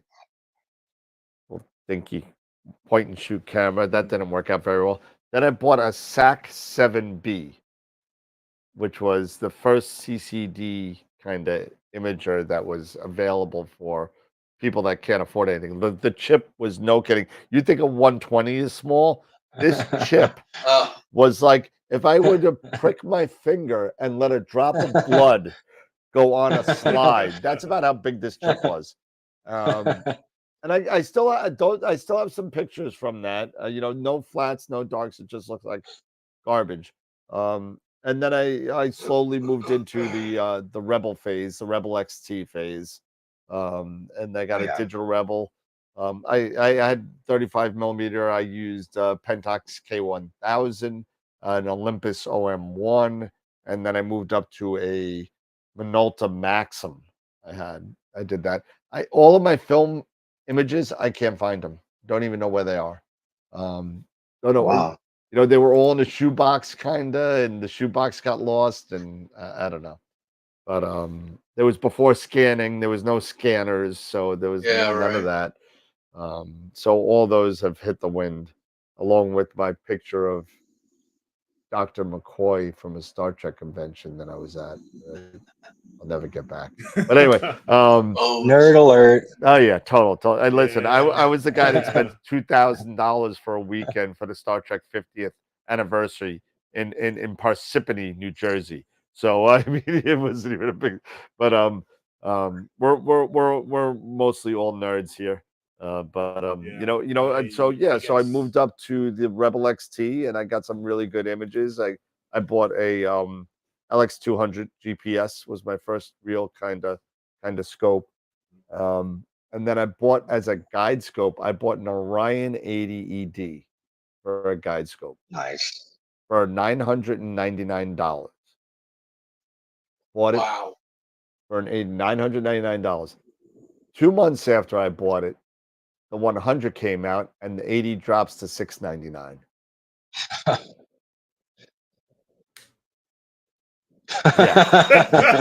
Yeah. so tell us how you really feel, buddy. Yeah. So I was not I was so mad. I was so mad. But you know, then I realized that the 80 ED, that Orion 80 ED was a great scope. And I'm like, this is too good to be using as a guide scope. What am I doing? You know, so I used that to do my first kind of wider field stuff. And I got all these images behind me are all images that I've taken. I just haven't had the time to. I really enjoy processing and doing and learning, and now that's how much easier it is without having to deconvolve images for like 3.5 hours because you can't get the damn worms away or the de-ringing and all that kind of stuff. Now you have you have our buddy Star and BlurX, Russell Croman. Russell Croman, So and now SETI Astro, Frankie from SETI Astro, yeah. So all these guys coming out with these great AI involved actions that have helped us, get results a lot quicker than we've had ever before, and the learning curve has gotten so less and less. I guess the learning curve is, as opposed to I was one of those guys that was manually guiding, with the stupid joystick, Yeah. and it was not fun looking through a reticle eyepiece for hours, and it's not fun. That almost made me quit astrophotography. That really almost made me quit. I was like, this is bullshit. What the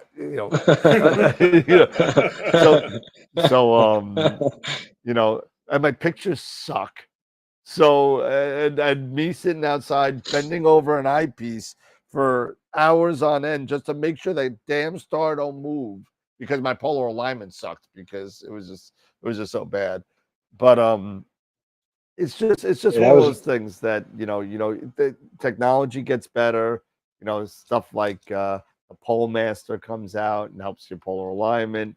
Then then SharpCap comes out and says, "Screw you! You can use any camera." So now you can use any camera to do polar alignment. Then Nina comes out, and you got the 3-point. You don't even know a star anymore.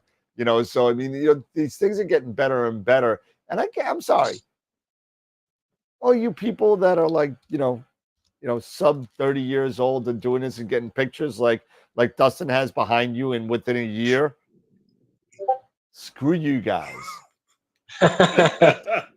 That's it. Screw you guys. I'm going home. But it's good that we get these results now so quickly and are able to take images like you would have never thought of. You were talking about hypersensitizing film, and I was like, oh my god, I remember that. And don't do that. Get the Fuji. Get the Fuji. No, sorry. But it's like one of those things that the things that we used to kind of murder and kill ourselves over, we don't need to do it anymore. It's come a long way. Yeah, I mean, even camera technology. When I started at Land, Sea, and Sky, I think the 183 and the 294 were still both, fairly relevant camera sensors and options, but you still had amp glow. Yep. You had that wonderful starburst over on the side. On the two of those. It's like a supernova.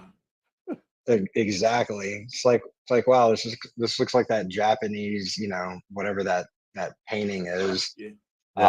And so, and then the what was it? The Altair 269 came out, and I was like, oh, this is cool. This is no amp glow. I think that one was a 12-bit camera. And then the 26C dropped, and I bought one of those and went out to the Houston Astronomical Society dark site, and finally I was like, all right, we're not hopping from target to target anymore. We're not spending an hour on a ride and jumping to this. I'm setting up, I'm imaging one thing all night long, and I shot 5 hours on the horse head and processed that data. And I was like, wow, this camera is insane. Yep. Like that whole line of IMX sensors is just really incredible. Yeah. I don't know where they're going to go from that, but I'm telling you, they're gonna come out with a no dark, no bias camera. They're gonna come out with the re-noise is gonna be like, I don't know, 0.00007 electrons, which you're not even gonna have to take anything. They're gonna, and if they start using better, better than B-class chips, and like Altair, I think they use A-class chips in their cameras. And I say this a lot when Dave showed me a dark of his 26 mono. I literally searched for like 20 minutes before I found a dead pixel. A dead pixel? Because the amount of pixels that are in an A-class chip that are dead are it's like less than 1%. Yeah. Out of what? How many millions of pixels are it? It makes no sense. But the whole thing is like the B-class and the C-class chips that you get in some of these lower end cameras.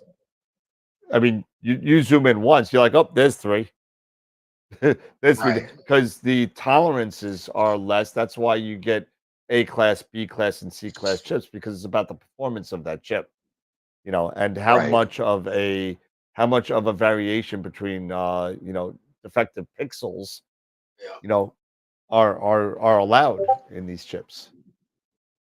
Yeah, and some of these they're switching from rolling shutters The to globals. the global shutters, Globals, and yep.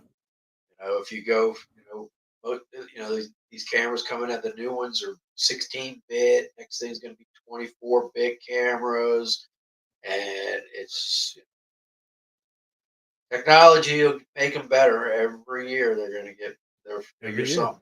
Can you imagine the Figure color something. in a 24-bit or 48-bit cam? Can you imagine if they doing that with little tiny, like the 585's got such little tiny pixels, Yeah, and then you it'd be have a crazy. pixel size that small on a 24-bit camera. The details. It's gonna be out of control. I mean, it's gonna be I'm here unbelievable. for it. Oh yeah. Yeah, me too. So we got Eric. You want to show Yep. the pictures?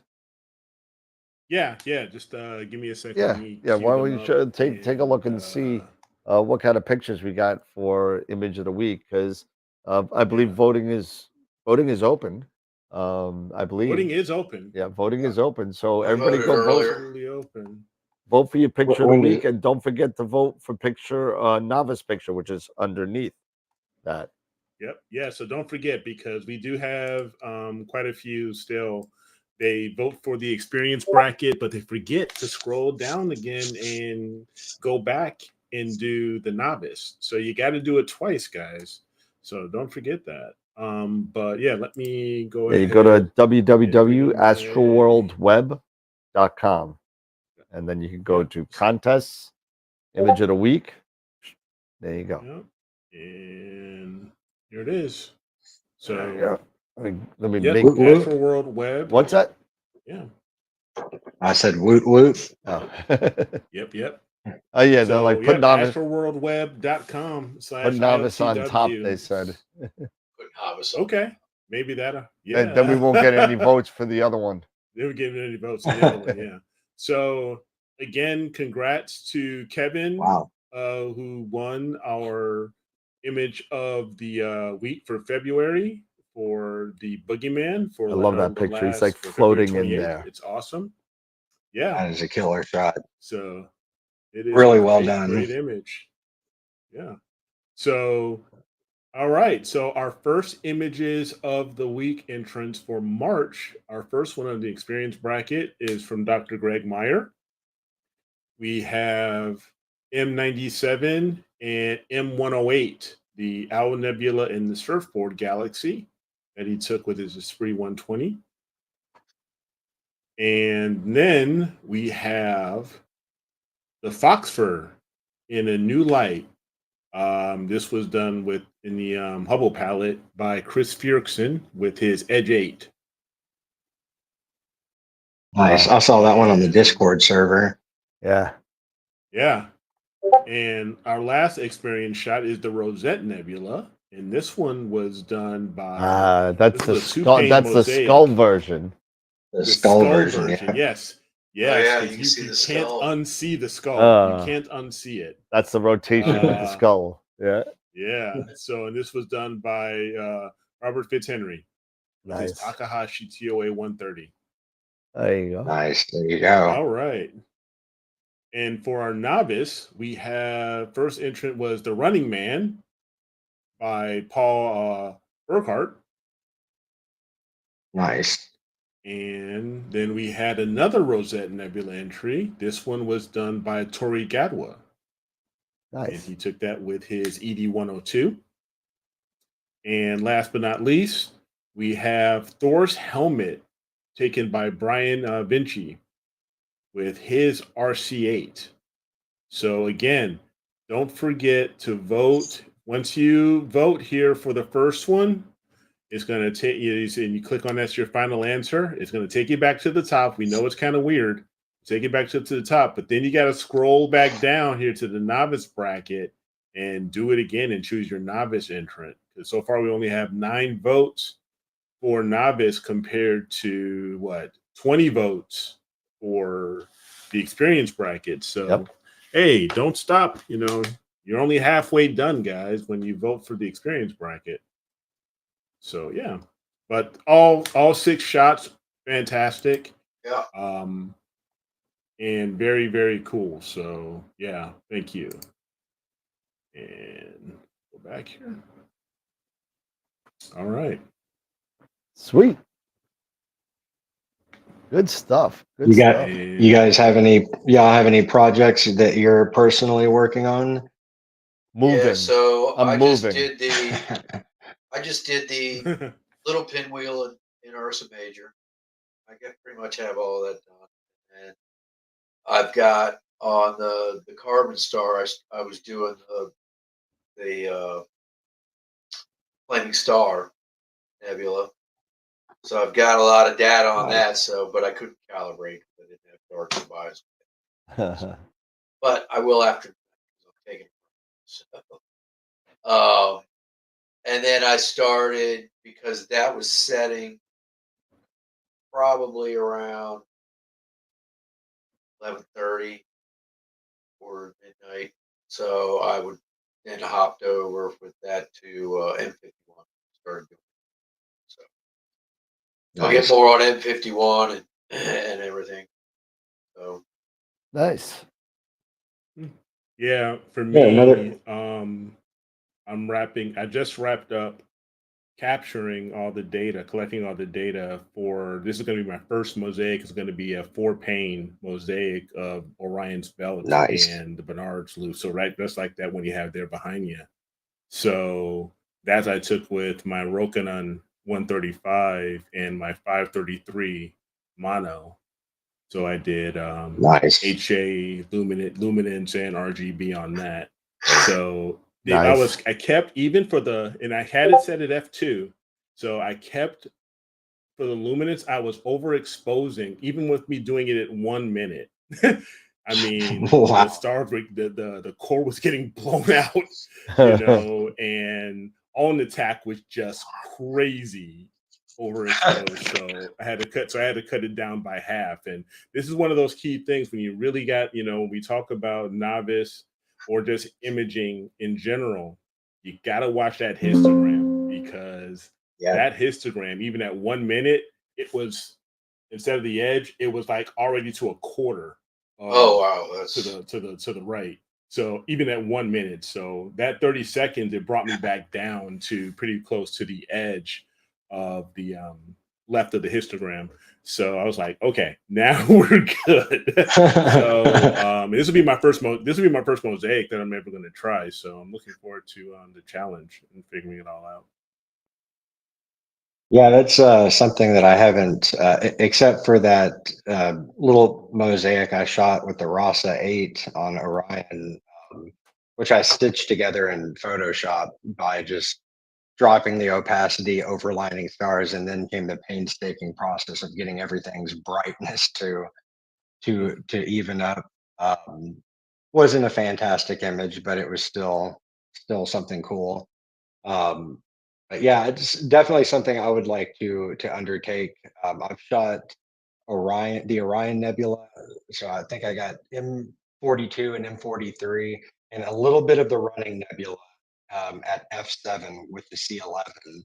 and then I shot the horse head, and you can see the horse head, you can see the flame nebula, and then you can see that the stars that are ionizing that field of hydrogen, like there's a flare coming from the top of the image, which I thought was cool. I tried to process it out, but I actually ended up really liking that kind of that flare.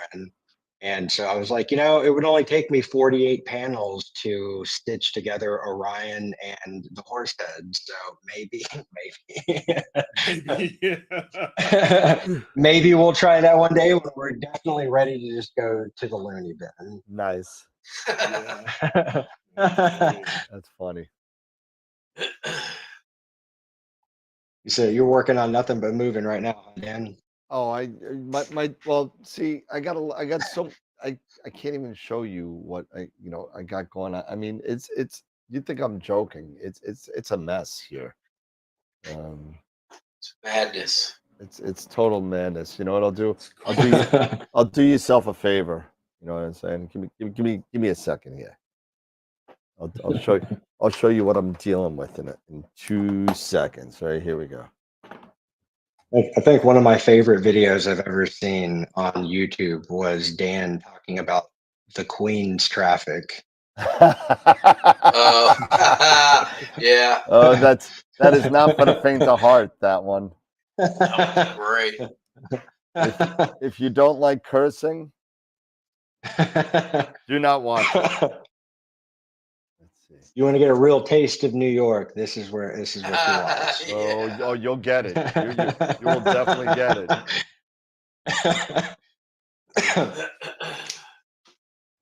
Yeah, looking forward to exploring the island a little bit more this time around. Definitely going to Bleecker Street Pizza again. Oh, there you go. Didn't get to go play in the Friends fountain. The last time we were there, I wanted to go jump around in the fountain and see if I could, not get arrested. Like what? They did it in Friends. Why can't I? Yeah, exactly.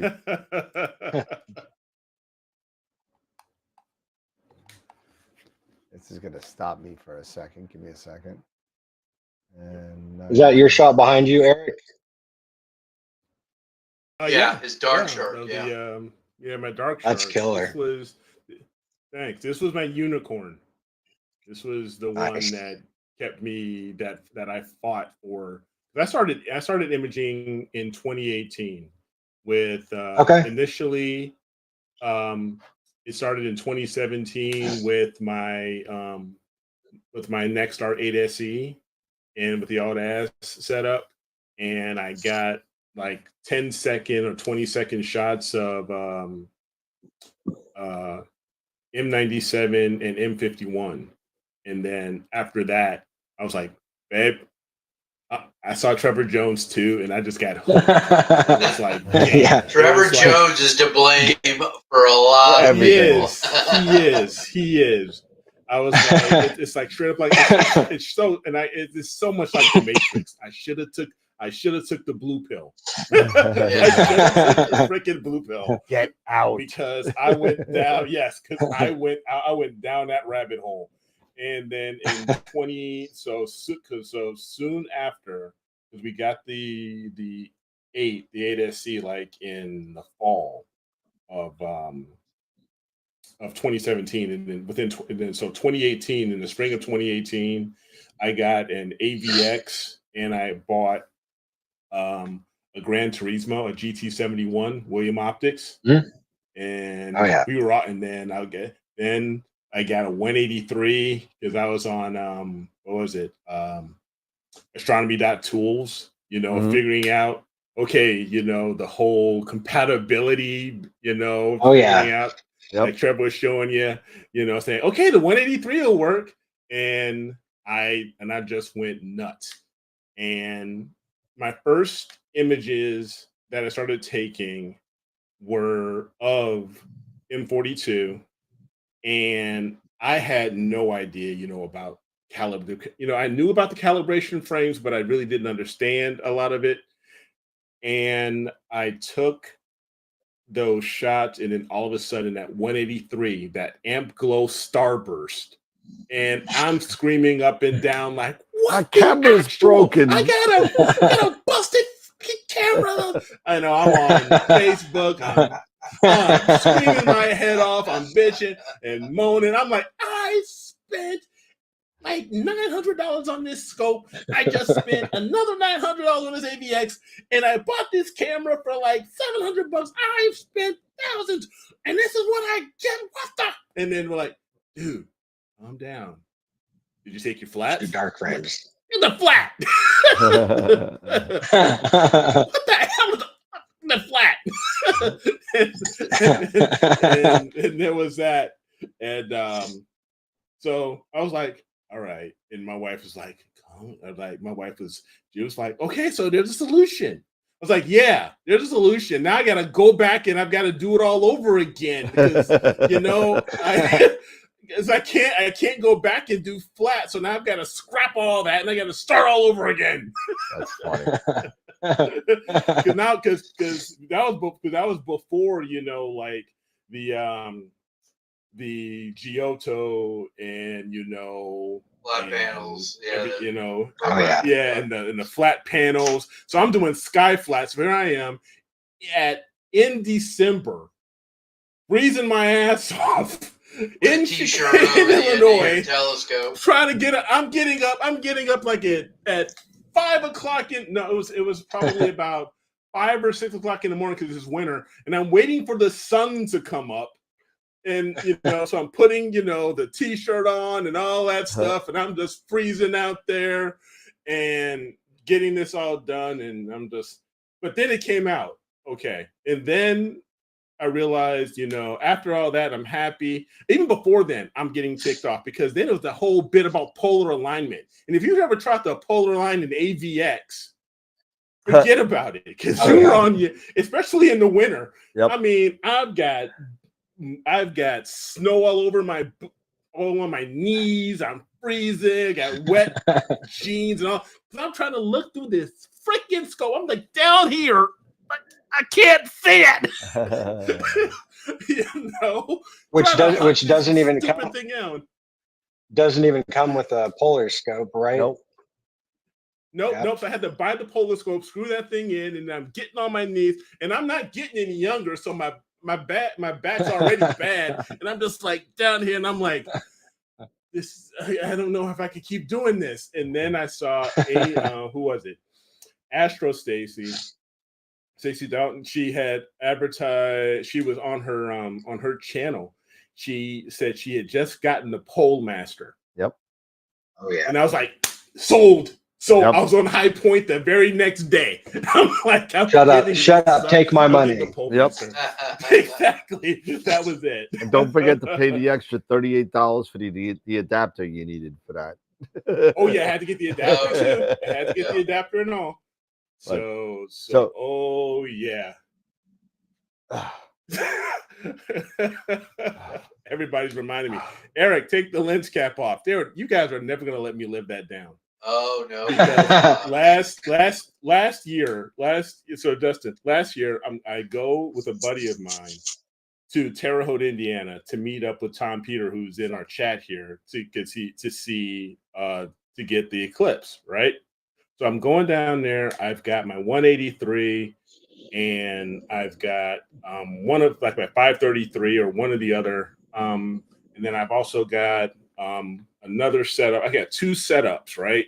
So I've got the 183 with the AVX, I think, and I'm getting that all. No, it wasn't with the AVX. It was my little alt-az mount. I'm getting it all set up, ready to go, and I'm getting nothing. It's just total. I'm like, what the actual pitch black, and I'm just like, and the freaking eclipse is coming. It's coming, and I'm like, and you know, and I've got the whole software that talks back at you, saying, you know, first phase is coming, you know, here, you know, countdown, you know, and I'm counting, and I'm like, what the actual?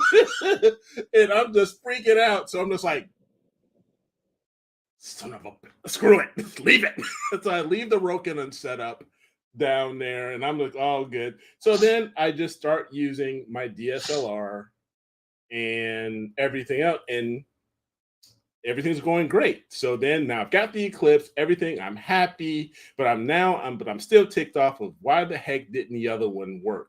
So I can get, because I had the Rokinon with a ZWO camera, so I can do a video of it and all. I go back, I go see it, I take the sunshade off, I take the solar cap off, and I look at it. Mother, the damn dust cap's on. Oh, no. And I'm just, God. And I was like, that's it. There's my dumbass moment right there.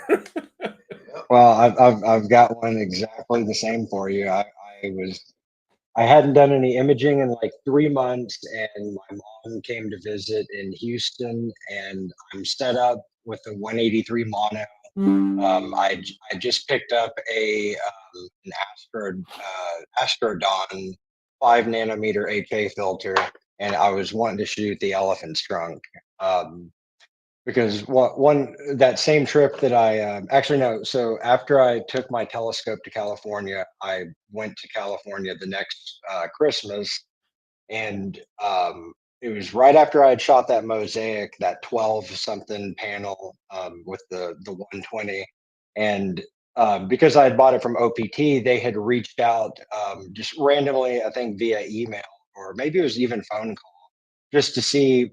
I think it actually was a phone call. They called me just to see how I was liking the purchase, because I had bought a telescope package, and and I said, yeah, I'm loving it. I'm really enjoying it. I've done a couple cool things with it. If I can send you a picture of this mosaic that I did, and they said, oh, that's awesome, dude. And I said, I'm going to be in California, pretty close down to Oceanside, in a couple weeks.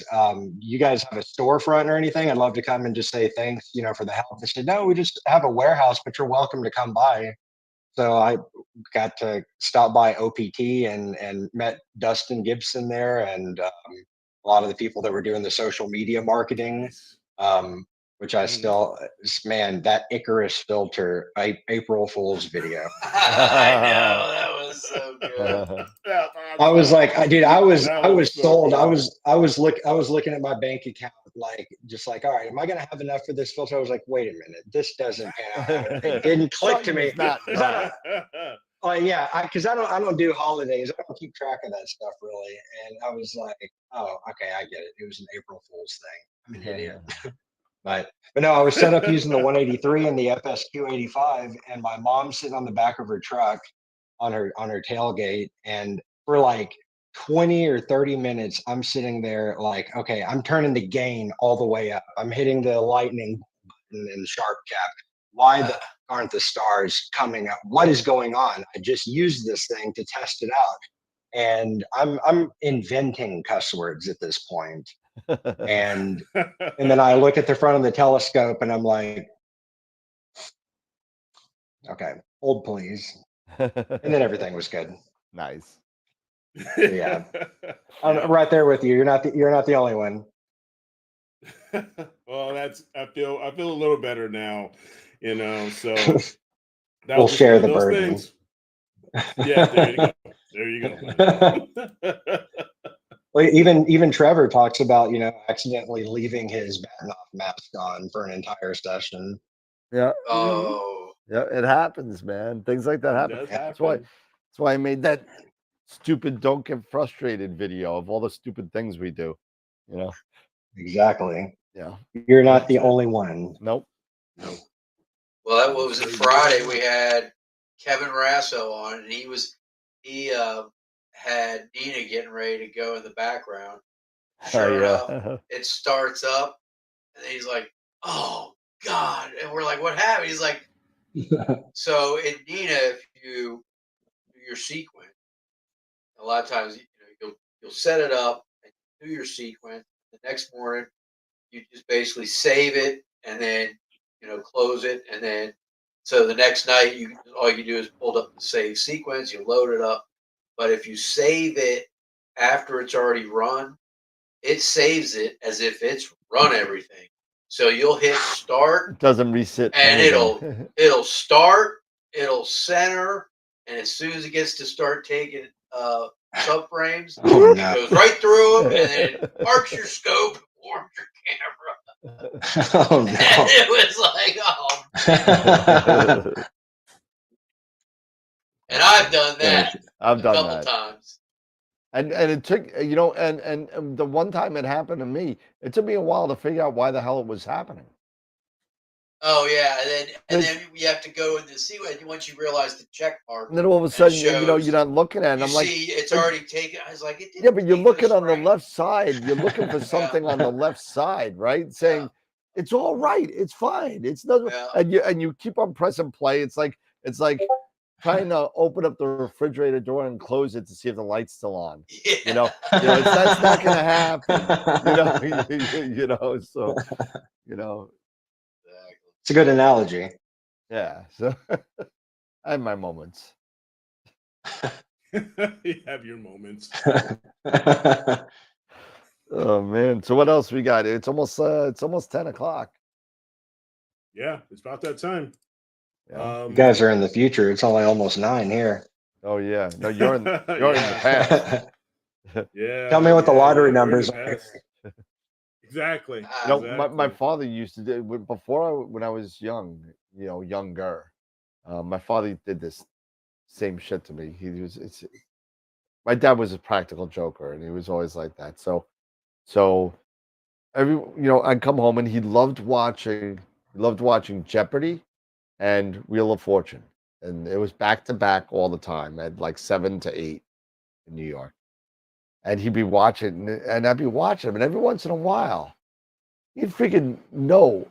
I mean, I thought he was the most smartest guy on the planet because he would know like these answers to these questions that I was like, oh my God, how do you even know this? I said, Dad, you're not that smart, man. What are you doing? You know, how do you know this? He's like, oh yeah, well, I watch it all the time. So after a while, I figured out what he was doing. A half an hour before the show came on, it aired on another channel, and he would watch it and get all the answers, and he'd write them down and try and remember them by the time I got home, so he would look like he's a genius. He'd be like solving like these big Wheel of Fortune things after like 2 letters, and I'm like, there's no way you know that. Oh, that's great. That's great. That's a good one. Yeah, he got me for a while on that. Like, how does he know this? It was on some random channel called TV New York 55, and it showed up. It's like an hour behind the regular network channels, and it was the same show. It was like That's awesome. It was crazy. But, Sounds like an awesome person. no, my dad was great, man. He was awesome. Yeah, Like, that's You're like, when did you become the Rain Man? yeah. Oh my God. Like, he's answering a question from a half hour ago. He actually was.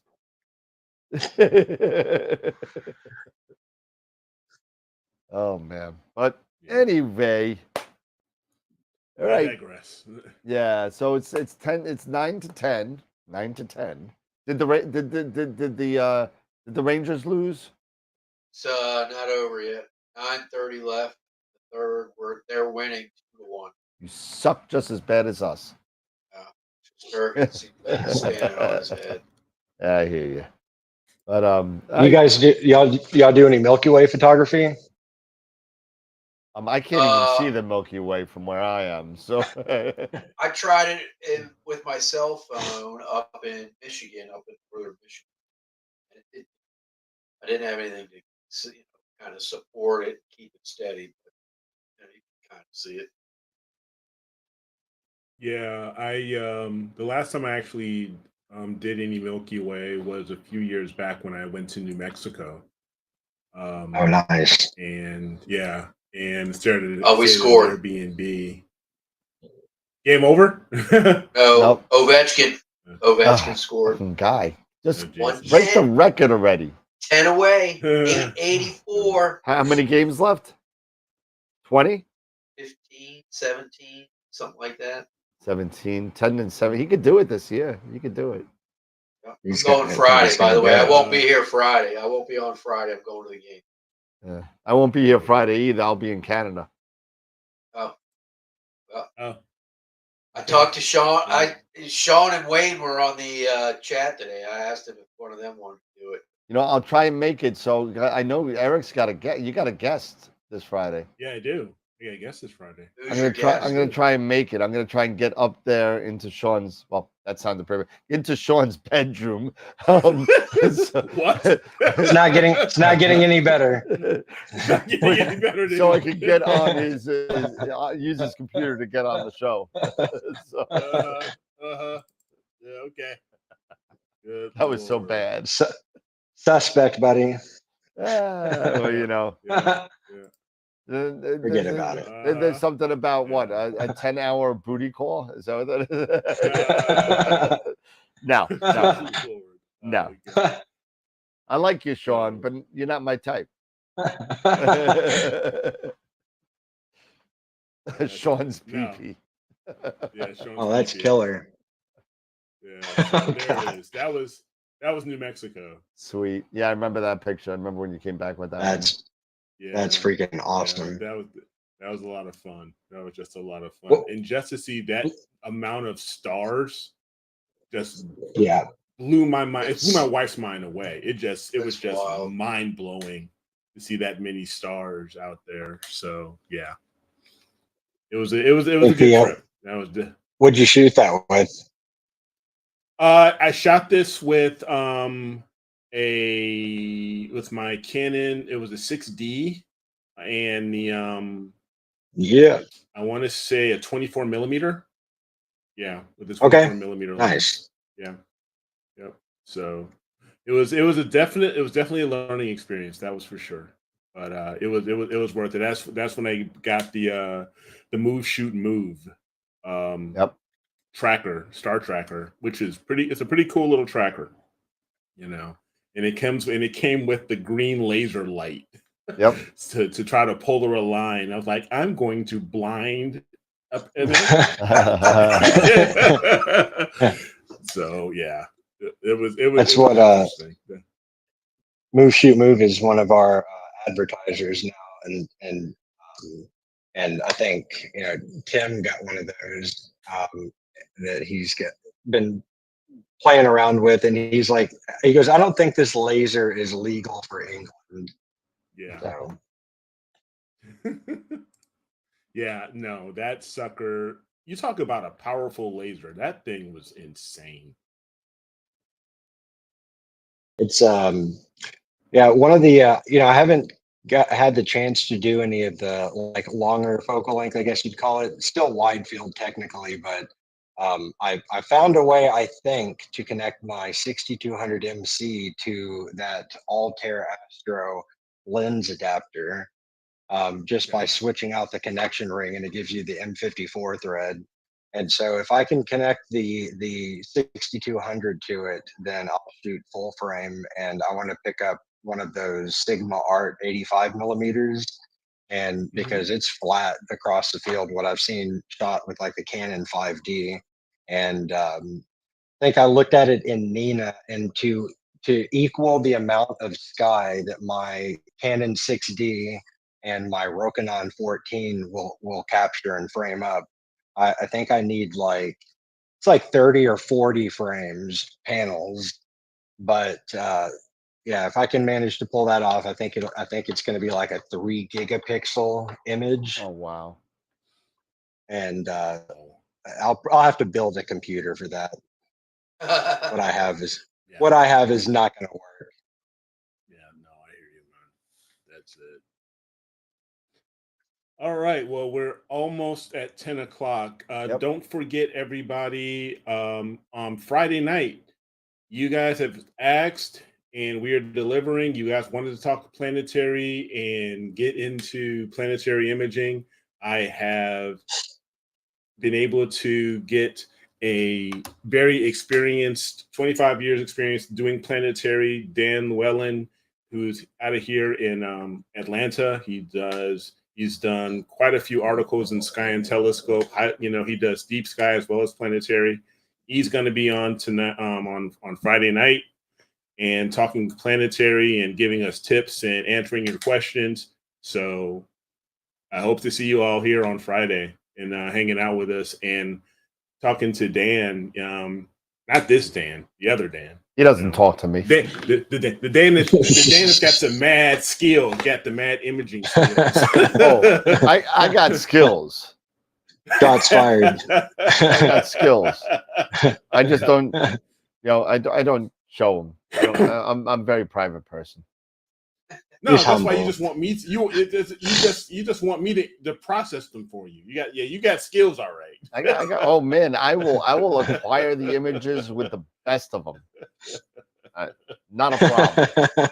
But he's got enough data to fill. You saw my NAS. I mean, you saw how much data I have. I got a ton of data, whatever. But data. That's not true.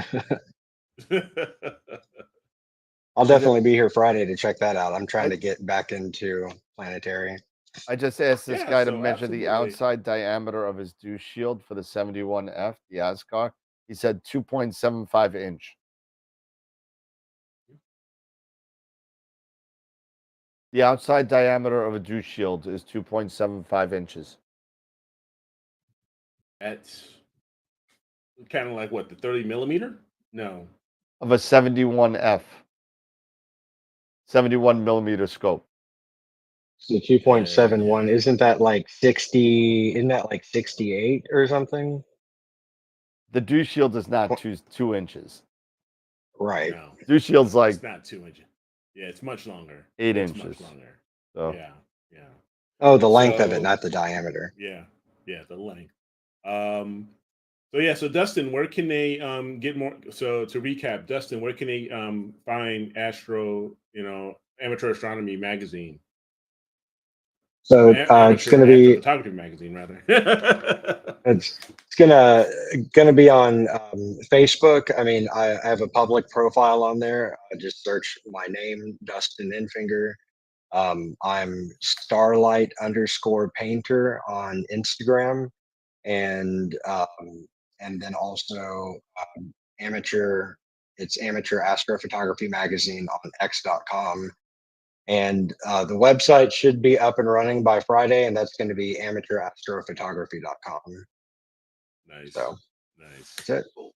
Or just contact us. You can get me directly at by email at amapmagazine.com gmail.com. Sweet. Awesome. Sweet. All right. Well, that's it. So we're final at 10 thoughts. o'clock. So for me, again, Dustin, thank you for coming on and hanging out with us. It's been a blast. Thank you for sharing your passion and experiences with astrophotography with us. So, and we look forward to having you on again. So the door's always open, man. So whenever you want to come Absolutely. on. Yeah, thanks for having me on here, and maybe we can do something post-NEAF after we've recovered. Yeah, after the recovery. Absolutely. Yeah, you're gonna need about 3 days to recover from that one. So. That one. But yeah, as far as other final thoughts, no, just again, thanks everybody for hanging out with us. Hope you enjoyed this content.